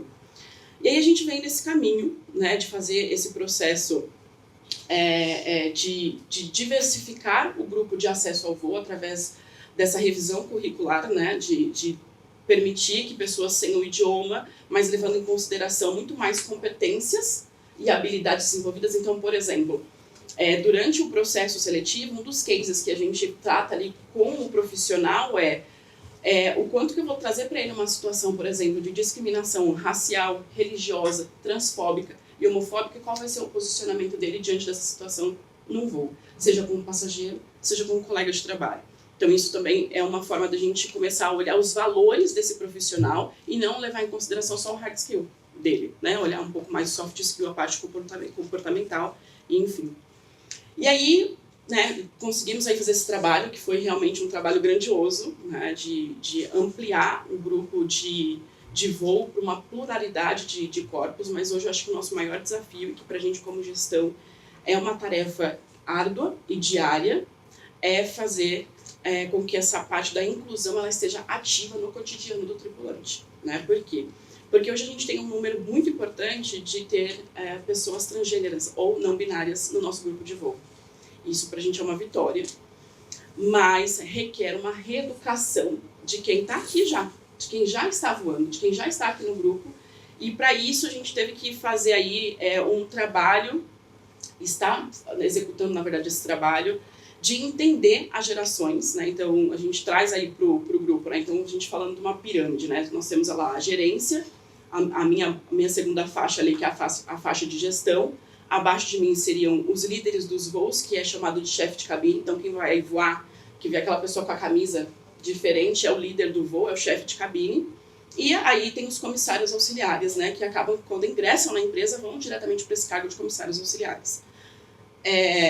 E aí, qual que é a atividade que a gente tem hoje? Trazer para essa faixa de chefes de cabine, que é um grupo muito grande, esse entendimento do que abrange essa diferença de corpos e qual que é a importância dele como líder, cuidar dessa pessoa. Ele é responsável por essas pessoas durante o voo. Por quê? O voo, gente, ele tem como critério dentro da profissão de comissário, a gente precisa assegurar a segurança dos tripulantes e dos outros passageiros, né? E para isso eu preciso ter consciência situacional. Se eu tenho alguma situação que coloca aquela pessoa em uma situação de vulnerabilidade psicológica, ela perde consciência situacional, automaticamente ela não tem condições de dar seguimento no voo. E isso não vai prejudicar só a pessoa, mas como pode prejudicar também a nossa operação, porque eu posso ter um cancelamento de voo por não ter um tripulante ou outros tripulantes que podem ser impactados aí psicologicamente. Então uma das tarefas que a gente tem feito é trazer para a sala, realmente para um encontro presencial com o gestor, os chefes de cabine e trazer esse material falando a respeito da diferença de gerações. Então a gente começa lá pelos baby boomers, falando da construção de ideia dessas pessoas a partir do contexto histórico-social, como que essas pessoas pensam hoje, né? Qual que é o tipo de resistência que tem quando você traz novas situações, novidades, né? A resistência à novidade, ela é de todo humano, mas como que funciona isso quando a gente vai olhando as gerações? E a gente passa dos baby boomers para a geração X, e aí traz a diversidade e a inclusão muito mais forte quando vem aí a geração Y e ativamente com a geração Z. Então isso é uma das coisas que a gente tem feito aí dentro do grupo para que eles consigam começar a entender, acolher e se responsabilizar por também fazer esse movimento no dia a dia. Porque senão tem isso que o Henrique falou, a gente consegue incluir, mas quem permanece? Qual que é o espaço de pertencimento que eu estou dando para aquela pessoa para que ela consiga estar alocada nesse grupo e se sentir pertencente? Porque esse é o desafio, né? No dia a dia, ele não se sentir excluído. A gente fez um trabalho de inclusão e no dia a dia eu estou sendo excluído pelo grupo. Então tem essa atividade que nós estamos fazendo aí com as equipes para conseguir trazer cada vez mais sucesso e realmente ter essa inclusão, essa equidade ativa dentro do cotidiano e manter esses talentos dentro da Latam. Muito legal. E o resultado disso, gente, é isso. Né? Hoje a gente tem um grupo de voo que representa muito mais o que é o Brasil. Né? A gente não está falando só de raça. A gente está falando de diversidade de corpos, de regiões do país, como a Dani falou. Né? E a gente tem percebido não só nos números, mas quando a gente olha para as nossas turmas, essa representatividade se faz presente. E falar de diversidade não é só falar do que é justo para a sociedade, é também, né? Mas também é falar sobre o que é estratégico para os negócios.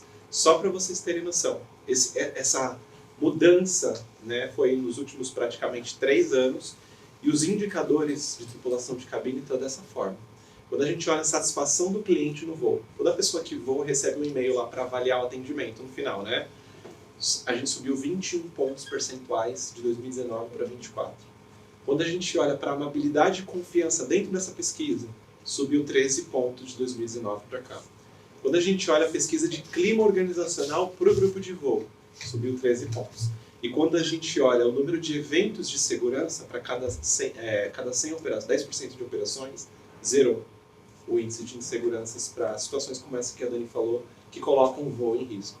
Então a gente está olhando esses números aqui para evidenciar que diversidade e inclusão mexe nos ponteiros não só de representatividade, mas é um olhar estratégico também. É por isso que as empresas também falam de diversidade. Não é só o que é justo para a sociedade, é o que é estratégico para os negócios. Tem diversas pesquisas no mercado de órgãos respeitadíssimos, né, como a McKinsey, Catalyze, tudo isso, que traz para a gente já muitas empresas mapeadas que estão trabalhando diversidade e inclusão, e a gente consegue ver essa mudança totalmente nos indicadores. Então, acho que é um fator de sucesso para nós, né? E essa conciliação é sempre importante a gente fazer. Trabalhar a diversidade e inclusão e ver o quanto isso está impactando no negócio. Né? Tanto internamente, como pesquisa de clima, quanto externamente, como o que isso impactou na ponta. O cliente está sendo mais bem atendido na prática? Essa representatividade está sendo vista pelo cliente? E a gente vê pelos números assim. Né? Em pouco tempo, grandes mudanças nesse sentido. E aí, mostrar um pouquinho para vocês um pouco dos relatos. Você ganha respeito. Eu encontrei muita gente que nunca imaginaram na vida que pudesse um dia voar e ter como colega de trabalho uma mulher transexual. E agora, como que eu vou lidar com isso? E eu escutava isso. Como que eu te trato? Como que eu faço para te sentir melhor? Como que eu te chamo? Não fiz a mudança de documentação ainda, porém, dentro da Latam, eu sou Jéssica Souza. O meu nome morto não existe. Eu acho que o respeito é o princípio mais básico, né, da vida. Muitas vezes eu fui chamada pelo meu nome morto.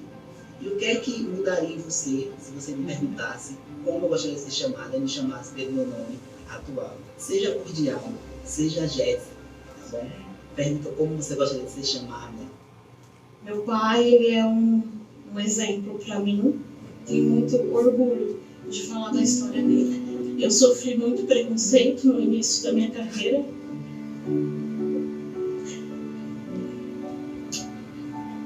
Nessa empresa eu ia estagiar na minha área.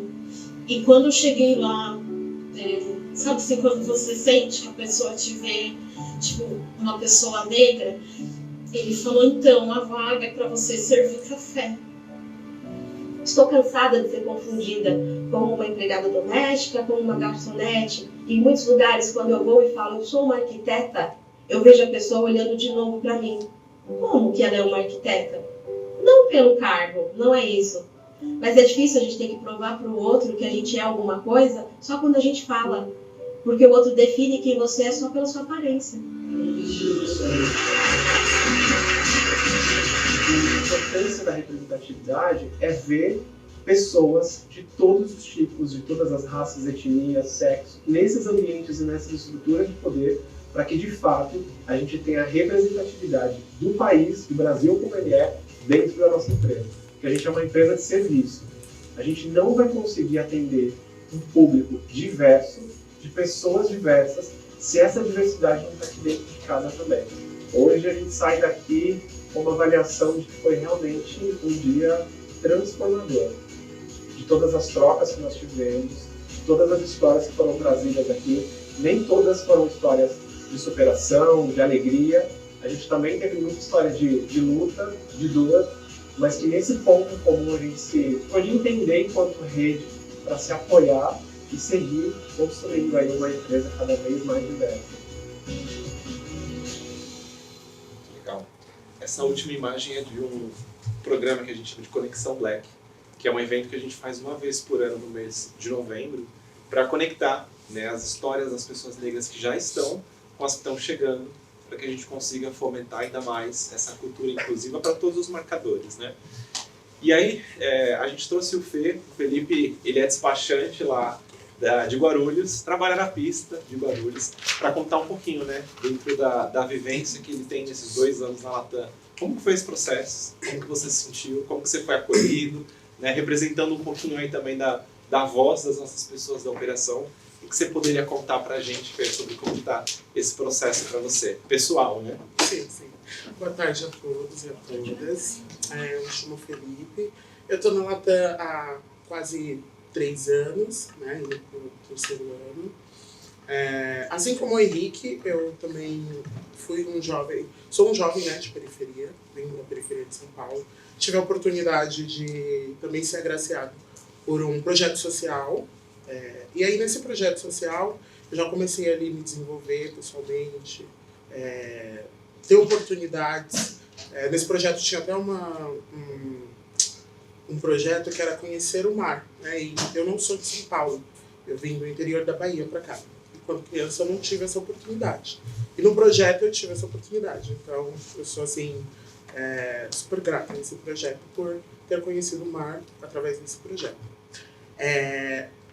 Fiz meu processo ali de descobrimento dentro desse projeto, porque tinha outras crianças que partilhavam das mesmas vivências que a minha, né? Jovens negros de periferia com sexualidades iguais à minha. Assim que finalizei o projeto, eu precisei entrar na minha carreira profissional, porque eu sou um jovem que tem um peso bacana dentro de casa, que é ajudar os familiares. Então, eu precisava conciliar o estudo juntamente com a necessidade de trabalhar. Então, ali com uns 15 anos, eu entrei no mercado de trabalho. Dentro do mercado de trabalho, eu encontrei algumas dificuldades, porque eu sou um jovem que tem uma personalidade um pouco extrovertida, então gosto de conversar, gosto de gesticular. Tô até tímido aqui. Tô até tímido, né? E fui para a área de comunicação, né? Telemarketing. Me descobri ali por um momento, gostei da área, né? Tinha uma pluralidade bacana de pessoas. Eu encontrava pessoas semelhantes, com os mesmos objetivos. Fiquei por um tempo, né? Só que eu vi a necessidade de buscar especialização e, juntamente com essa personalidade um pouco mais extrovertida, fui buscar um setor que conciliasse essa personalidade um pouco mais humanizada com uma personalidade mais extrovertida, e encontrei na enfermagem esse acolhimento, né? Fiz o técnico de enfermagem, auxiliar de enfermagem, trabalhei ali por um momento, nessa parte humanizada. Em alguns momentos, dentro da área da enfermagem, também encontrei dificuldade, porque em alguns determinados procedimentos, essa parte mais humanizada, um pouco mais extrovertida, ela não era muito aceita. Então, eu recebi até feedbacks falando Felipe, se eu te colocar ali naquele momento, eu acho que a galera, ao invés de prestar atenção, ela vai ficar meio dispersa, vai ficar dando risada com você. Então, eu acho que não é o momento de você assumir esse serviço aí de liderança. Também tive a oportunidade de ter um colega que ele participou de um processo seletivo da Latam, onde ele passava várias informações bacanas, né, dos benefícios, e um dos benefícios legais é esse de viajar. E também vi também a oportunidade de conhecer o mundo, né? Da minha família eu sou o único que já realizou viagens, já conheceu alguns países e alguns estados, graças ao benefício da Latam. Então eu entro na Latam, faço processo seletivo, entro como agente de aeroporto, consegui ali conciliar a minha personalidade com o serviço em si, né? Porque o agente de aeroporto ele faz a coreografia ali do embarque, ele é aquele que realiza o speech. Eu percebi nos clientes um retorno super bacana, né? Dependendo dos destinos que eu realizava, essa personalidade de abordagem, de humanização, era muito bem recebida por parte dos clientes. Em um determinado tempo, eu quis me desafiar. Então, dentro da Latam existem processos internos, né, para crescimento e desenvolvimento. E eu vi uma vaga lá no portal que era para agente de despachante operacional, DOT, né, conhecido como DOT. DOT, qual é a função do DOT? O DOT ele fica na pista e ele cuida do peso e balanceamento da aeronave. Então, existem compartimentos dentro da aeronave que eu preciso balancear dependendo das cargas, né, a um certo ponto de equilíbrio ali da aeronave. E faz também abastecimento, tem contato com o comandante. Verifiquei também na oportunidade, uma oportunidade de crescimento também para outras áreas, né, porque é uma área que ela tem contato com o mecânico, tem contato com a tripulação de cabine, tem contato com o piloto. Confesso que gerou medo, né, porque, como o Henrique havia dito, é uma área bem masculinizada, né? Então, eu com esse, né, o meu jeitinho, chegando nesse ambiente um pouco mais masculinizado, como que eu vou fazer? Né? Já chegando na entrevista, eu já fiquei um pouco mais confortável, né, porque eu vi uma pluralidade de pessoas diversas, os gestores também que estavam lá para avaliar, para fazer o processo de avaliação também, trazia essa questão de diversidade, era perceptível, e passei no processo seletivo.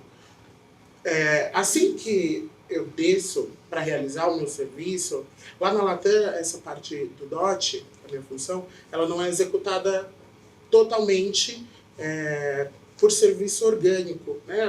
Uma parte da Latam, ela trabalha com uma parte terceirizada, isso. E eu tenho contato com essa galera terceirizada. Eu lembro que o primeiro contato, eu preciso realizar um feedback com o pessoal, e eu fiquei um pouco tímido, eu fiquei um pouco desconfortável. Aí eu falei assim, eu vou chegar e vou falar só boa tarde, vou ficar quietinho. Só que aí eu cheguei e eu esqueci. Aí eu falei assim, boa tarde, meninos. Aí o menino olhou assim, aí eu falei, ui, fui descoberto. Aí eu falei, pronto, ali já, né, fui descoberto, não tem muito o que fazer. No dia seguinte, eu entendi que esse sou eu, né. Sou extrovertido, sou uma pessoa, às vezes, caricata, eu gosto de conversar com as pessoas, gosto de me aproximar, e eu vou usar isso ao meu favor. Né? Então, no dia seguinte, cheguei, boa tarde, pessoal, e aí? Né? Conversando, trazendo eles para perto de mim, ganhei a confiança da equipe, e eu vi, eu percebi que essa não é, que era uma barreira que eu criava. Né? Assim, a partir do momento que o outro te conhece, a sua essência, ele passa a te respeitar pelo aquilo que você é. Eu vi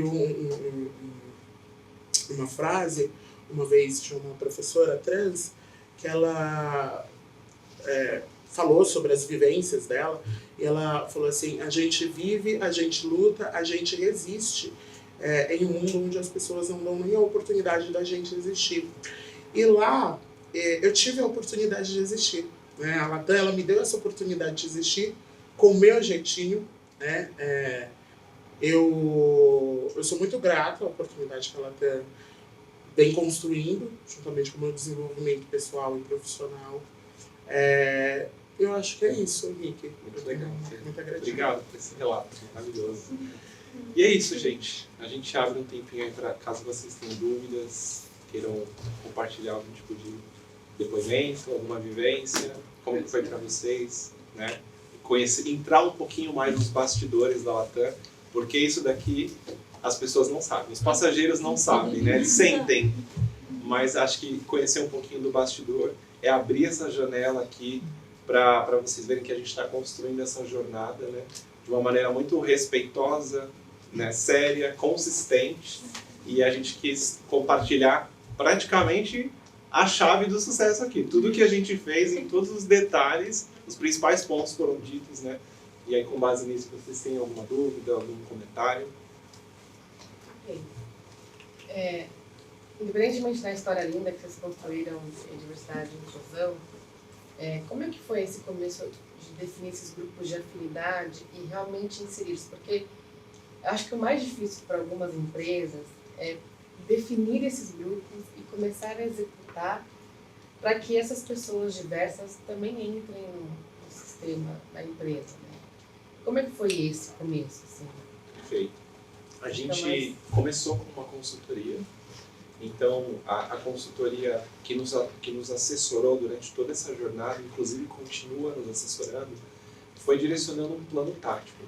Dentro desse plano tático não foi criada uma área, foi criado um comitê, e esse comitê, que é multidisciplinar, que tem pessoas de diferentes áreas e diferentes marcadores, que é esse grupo, a gente não chama de grupo de afinidade, a gente chama de comitê, mas são as pessoas que estão ali representando tanto suas áreas e marcadores para desenvolver essas ações. Então, como não existe uma área, dentro desse núcleo, que é esse comitê, a gente tem 3 representantes, por exemplo, no Brasil, eu, Rubia Malagrini e a Angela Zampol, que a gente sai disseminando as ações estratégicas do corporativo. Então é de lá que a gente toma nota do que a gente precisa fazer e vai sentando com as áreas de negócio para estabelecer dentro de cada área quem são os focais que podem nos apoiar. Então é a gente que bate lá em recrutamento e seleção para entender qual o planejamento que a gente pode fazer em relação a vagas afirmativas, chama os gestores para sensibilização, muitas rodas de conversa, inúmeras rodas de conversa durante o ano inteiro, para que a gente consiga fomentar a cultura inclusiva. E a gente tem agora um novo programa que chama Promotores da Inclusão, que esse programa é muito parecido com grupos de afinidade, né? A gente abriu inscrições para pessoas que já estão mais engajadas e interessadas no tema, para passar por um treinamento com essa consultoria, para poderem falar sobre esse tema dentro da Latam e representar diversidade nas suas áreas, né? Então, por exemplo, um Felipe inserido num contexto de pista de aeroporto, poder falar sobre esse tema com suas pessoas, né, com propriedade, desenvolver algumas ações intencionais direcionadas lá dentro. Então a gente está exatamente nesse momento de formar essas pessoas que se inscreveram para serem promotores da inclusão, e a partir dessa formação a gente começa já a capilarizar para que não fique muito nesse núcleo tão corporativo e a gente se conecte com a pessoa. E aí por que de agora, 3 anos depois, a gente começar a capilarização? Porque a gente entende que esse movimento de pirâmide ele é importante. Pirâmide no sentido de começar do alto executivo, passar pela média liderança e agora começar a se aproximar da ponta, né? Então, a gente trabalhou fortemente nos últimos 3 anos sensibilização, roda de conversa com o alto executivo. Porque a gente entendia que se as barreiras fossem quebradas ali, naturalmente o processo ia sendo mais orgânico e os caminhos iam ser mais fáceis, né? Aí a gente começa a trabalhar a média liderança com a mesma intenção. Se a gente tem um líder bem treinado, que é a mesma estratégia que a tripulação está fazendo nesse momento, treinar bem a liderança, para que na ponta as pessoas que são lideradas sintam os reflexos de uma gestão inclusiva, né? E agora a gente começa com promotores da inclusão a ter essa capilaridade para poder falar dentro das operações e lugares massivos sobre esse tema de maneira mais recorrente. Então foi necessário passar por esse processo nos últimos 3 anos para conseguir chegar agora na ponta e ter grupos mais próximos ali da operação para poder falar sobre. Vamos? Meu nome é Patrícia Salvatore, eu sou professora universitária, pesquisadora em diversidade, consultora de diversidade. Queria parabenizar vocês 4, porque vocês trouxeram um caso incrível aqui, super bacana. E fazer uma pergunta, reflexão, provocação. A gente tem visto ao longo aí do último ano, dos últimos 2 anos, alguns movimentos de retrocesso na temática da diversidade e inclusão, né? Não só aqui no Brasil, mas no mundo, empresas desfazendo áreas, e não com essa lógica que você trouxe de que vocês não têm uma área específica, mas assim, aquela coisa de não precisamos mais, ou de que este assunto é um assunto que gera uma polarização.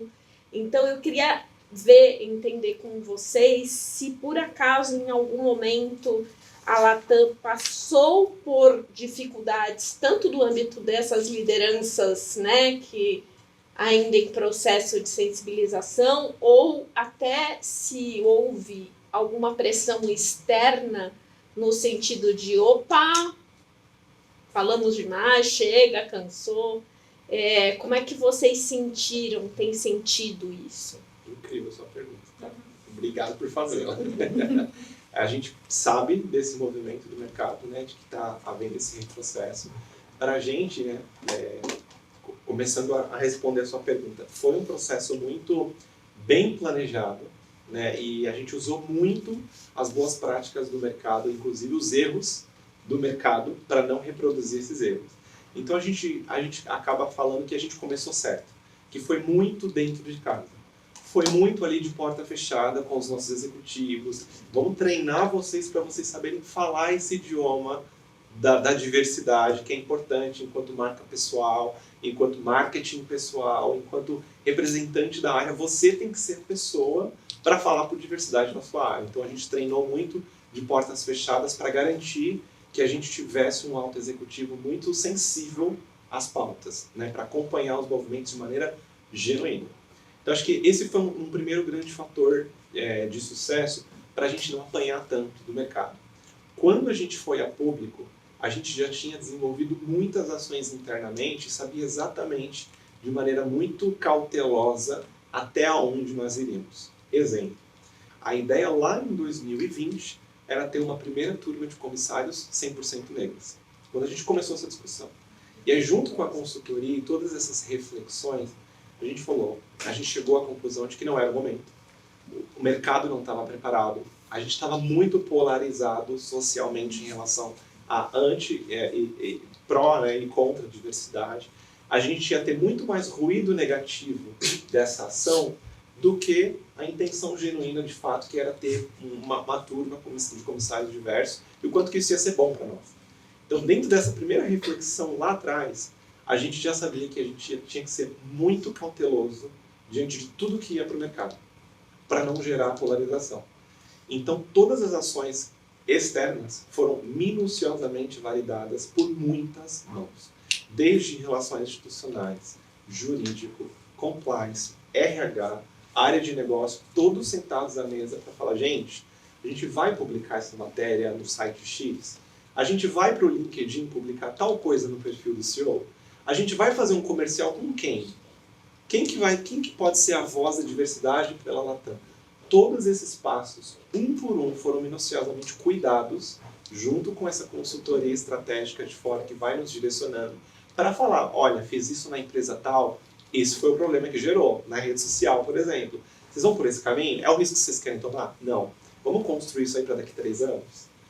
Olha, eu fiz isso esse programa de trainee não funcionou legal nessa empresa. Vocês querem reproduzir para ver como que está o movimento da sociedade ou vocês vão ser um pouco mais cautelosos e trabalhar isso de uma maneira muito mais interna do que externa? Esse foi um segredo para nós. Trabalhar dentro de casa.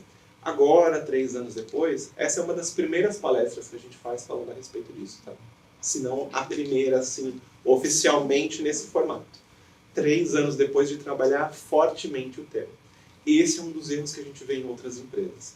Na primeira publicação de comunicação externa, já saem falando como se esse assunto tivesse muito maduro. E até hoje, 3 anos depois, a gente fala que a gente está engatinhando. no tema. E a gente ainda está muito longe do que acha que seria o mundo mais justo, né? Mas já avançamos muito. Então essa cautela, eu acho que ela é uma peça-chave fundamental para entender o contexto de mundo, né? E esse retrocesso, por exemplo, a gente acaba não sentindo ele, não entra nas nossas discussões internas, porque está tão enraizado na cultura, que a cultura engole a estratégia, né? Se as pessoas estão literalmente engajadas, genuinamente engajadas, do alto escalão até a ponta, a gente tem uma cultura que é viva, que vai acompanhar agora as mudanças sociais, que a gente já está olhando para a inovação, e a gente já está olhando para a inteligência artificial e quais serão os impactos aqui para frente. A gente já está também falando dessas mudanças do cenário externo, né? Mas a gente nunca tirou, em todas essas discussões, a gente nunca deixou de falar de diversidade como um pilar estratégico para nós. E os números estão nos ajudando a contar essa história, né? Porque quando a gente mostra o D para antes e depois de diversidade, a gente não precisa explicar muito. Os números já dizem por si só. Tanto na taxa de representatividade, quanto de avanços nos KPIs das áreas. A gente está vendo o reflexo de mudanças numéricas, de qualidade de satisfação do cliente, NPS interno, externo. Tudo isso ajuda a potencializar esse discurso dentro de casa. Então, para nós, a gente não surtiu esse efeito do desaceleramento das pautas de diversidade, muito pelo contrário. A gente está sentindo o tema cada vez mais vivo. Eu acho, já, na minha opinião, voltada para o mercado, realmente tem esses dois passos para trás, né? A gente avança 3, são 2 que são dados para trás, comparando principalmente o mercado nacional e internacional. E outros meios, né, também. Mas eu acho que para o Brasil, em especial, esse é um movimento que ele é político-social. E que para a gente, quando a gente fala principalmente da herança de mão de obra escravocrata, não se tem esse retrocesso mais de voltar essa ideia, uma vez que ela já foi construída.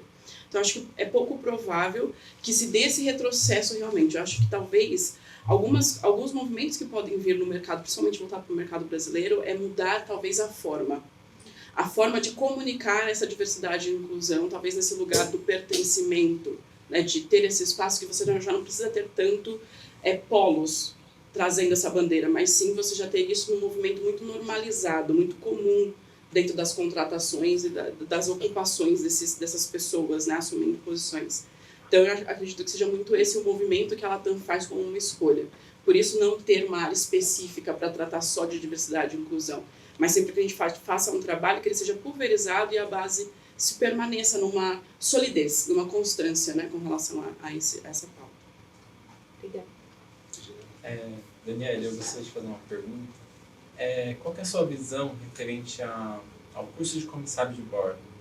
Porque, assim, eu perguntei para alguns comissários, né, eles falavam assim, investe em línguas, investe em seu desenvolvimento, porque na prática, assim, o que a gente mais vê hoje não é exigido mais o curso, entre aspas, pela ANAC, né? Sim. Porém, na hora da contratação, meio que é obrigatório, né? Assim, os questionários estão sendo mais direcionados para quem tem o curso. Aí, assim, eu, assim como o Luiz, né, falo assim, não vou fazer o curso agora porque a empresa vai dar. Então, eu vou investir meu dinheiro, por exemplo, em línguas, em desenvolvimento. Qual que é a sua opinião sobre isso? Olha, a profissão de comissário de voo, ela também está passando por uma grande transformação, né? A gente tinha aí uma ideia de que era uma profissão que ela não quer dizer que ela não deixe de dar acesso, mas que ela dava o acesso a você conhecer culturas e espaços, enfim. E ela tem se transformado dado ao fator da mão de obra, né? Então, não é mais uma profissão que só tem o glamour da aviação como se via no passado. É uma profissão que ela exige muito do profissional, né? São muitas horas sendo trabalhadas numa pressurização que desgasta muito o corpo. Então, é importante talvez ter o conhecimento prévio dessa profissão através da formação, porque você não é pego de surpresa ao assumir a posição de comissário de voo, uma vez que você já teve uma prévia, um spoiler, vai na linguagem atual, um spoiler do que seria o cotidiano de um comissário, porque ela vai muito além de ser uma profissão de eu vou servir ao cliente, mas tem outras vertentes que são primordiais, como fatores de segurança, primeiros socorros, né? E que engloba essa profissão, e tem o fator que que a gente fala muito de fadiga, né, da própria operação, porque você está trabalhando.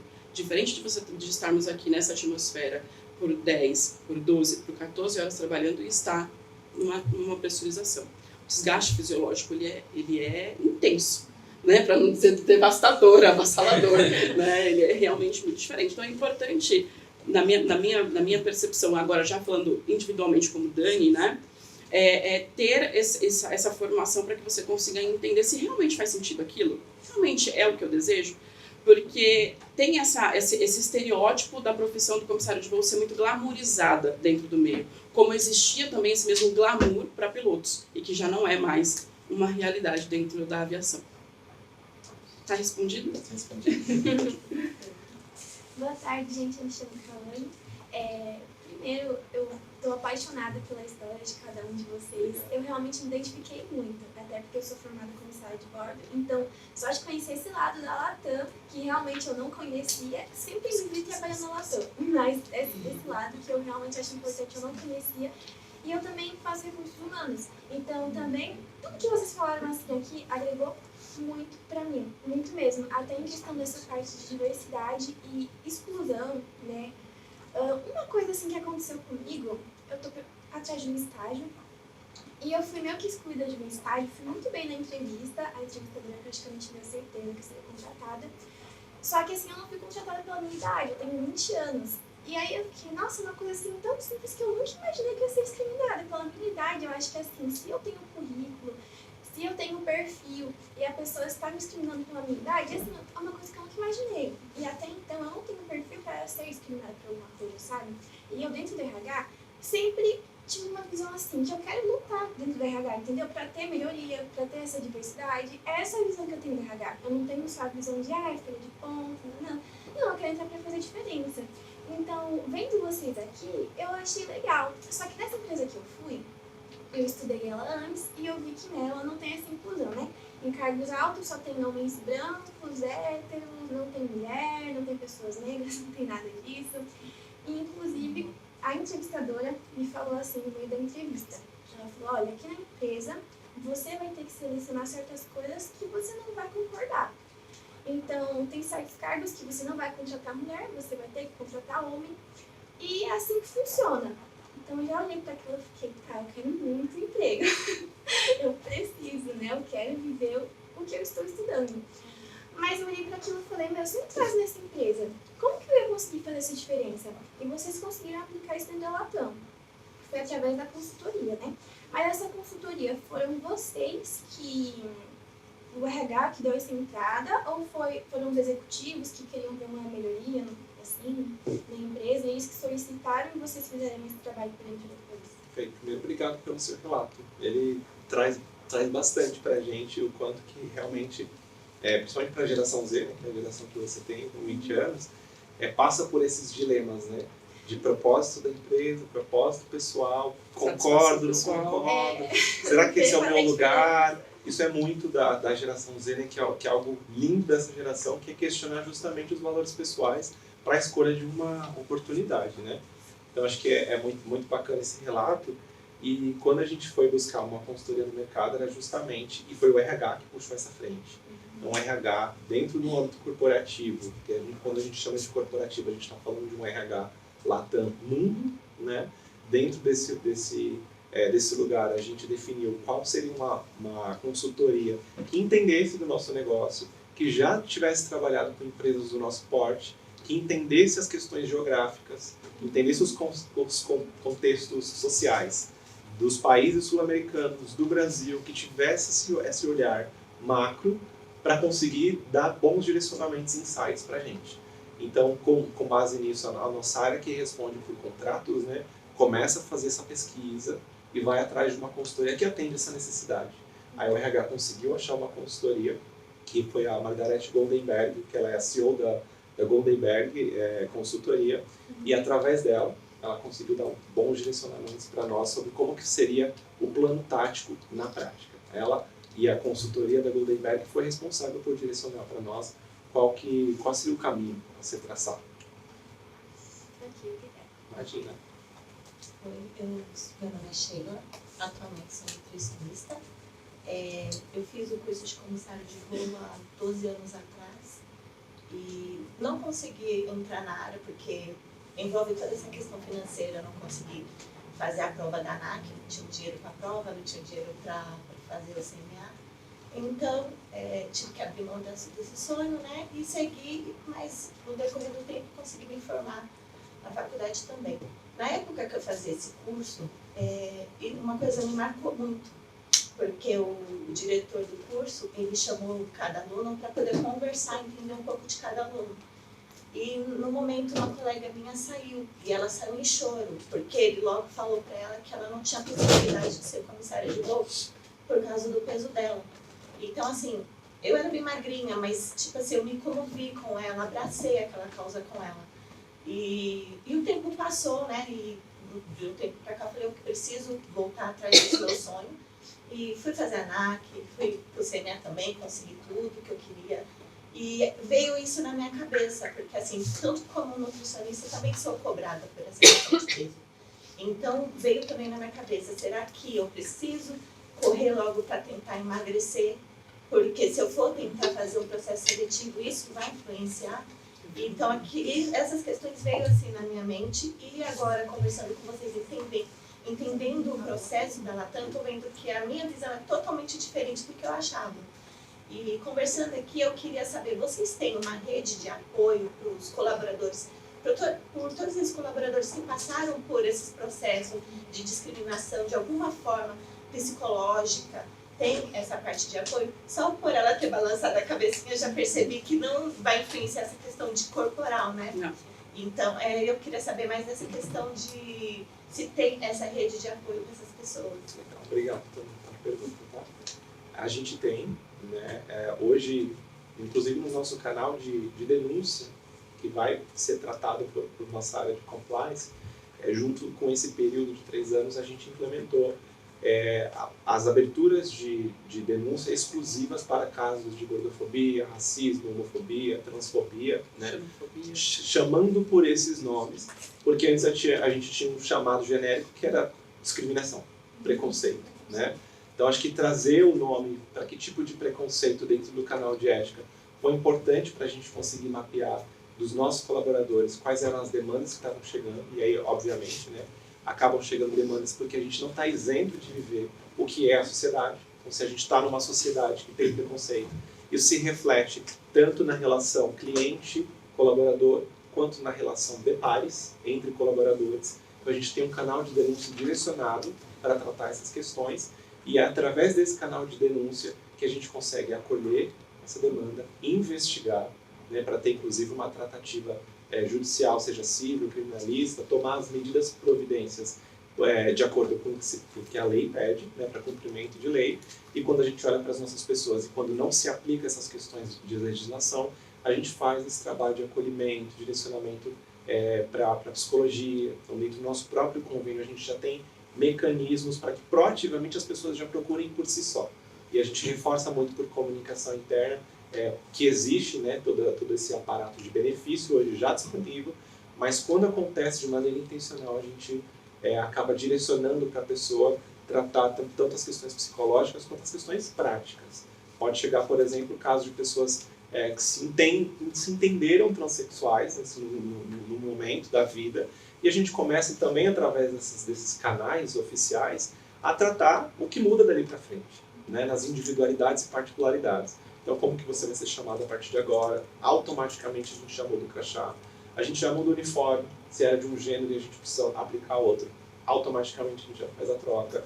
E tudo aquilo que tudo aquilo que for mais necessário para a pessoa se sentir pertencente. Tanto a título básico, das necessidades básicas, até um acompanhamento psicológico e judicial também, se for necessário. E aí, só para falar para vocês, tirar essa ideia de que existe um determinado corpo que vai ser aceito ou não vai ser aceito. Isso não se aplica mais dentro da Latam. Acho que hoje a única restrição que a gente deve ter para o voo é se você não consegue o certificado médico aeronáutico, né, que é o CMA. Então, tem alguns empecilhos aí, que não é da Latam, e sim da aeronáutica, que acaba dando esse impeditivo para o ingresso de pessoas com deficiência, né, para a profissão. Mas, com relação a esse padrão antigo é realmente uma desconstrução e que muitas pessoas ainda vêm para a entrevista com esse medo. E eu percebo quando eu vou fazer a seleção, então para te trazer dados aí, né, nós tivemos o ano passado a contratação de pessoas mais 60 a mais, provou, comissárias de voo 60 a mais, comissários de voo 60 a mais. Isso é realmente um ganho, né, porque a gente teve até um dado momento da história aí, que o limite de idade tá até os 30 anos, 32 anos era a faixa de corte, né, e aí tem a contratação de 60 a mais, pessoas trans, pretas, pessoas não binárias, né, corpos gordos, magros, enfim. Então essa diversidade, ela tá inclusa no grupo de voo, tá? Acho que é isso que é importante dizer para que você desmistifique essa ideia, desconstrua essa ideia e se sinta à vontade para participar de um processo seletivo com a Latam. Não vai ser isso que vai ser analisado e levado em consideração jamais. Pessoal, você tem como levar tanto tempo que eu vou deixar vocês fazer mas eu queria só falar que a gente vai ter que encerrar porque a gente já excedeu muito o nosso horário, que o papo tá ótimo, a gente vai ficar mais uma hora aqui, eu tenho certeza. Mas vamos com a sua última e depois tem um café aqui, vocês ainda podem conversar com o pessoal, tá bom? Oi, gente. Eu sou a Ana Luísa, futura comissária de voo, não sou formada, mas a minha pergunta é direcionada ao planejamento da Latam para pessoas para mulheres que querem ser pilotos. Como que a Latam aborda o tripulante que está como comissário, passa para chefe, e depois quer seguir para o cockpit? Vocês têm algum planejamento, têm algum auxílio? Como que faz com essa pessoa que quer passar de uma área para outra? Posso falar, Dani? Se fica à vontade, da continuidade, tá? Primeiro que o maior número de pessoas hoje internas que viram pilotos são os tripulantes de cabine. Tem maior proximidade e familiaridade também. Só sai de um lugar para outro dentro do avião, mas é o maior número de pessoas que se tornam pilotos, né? E aí sim, né, como eu falei para vocês, de mulheres piloto é o maior desafio, né?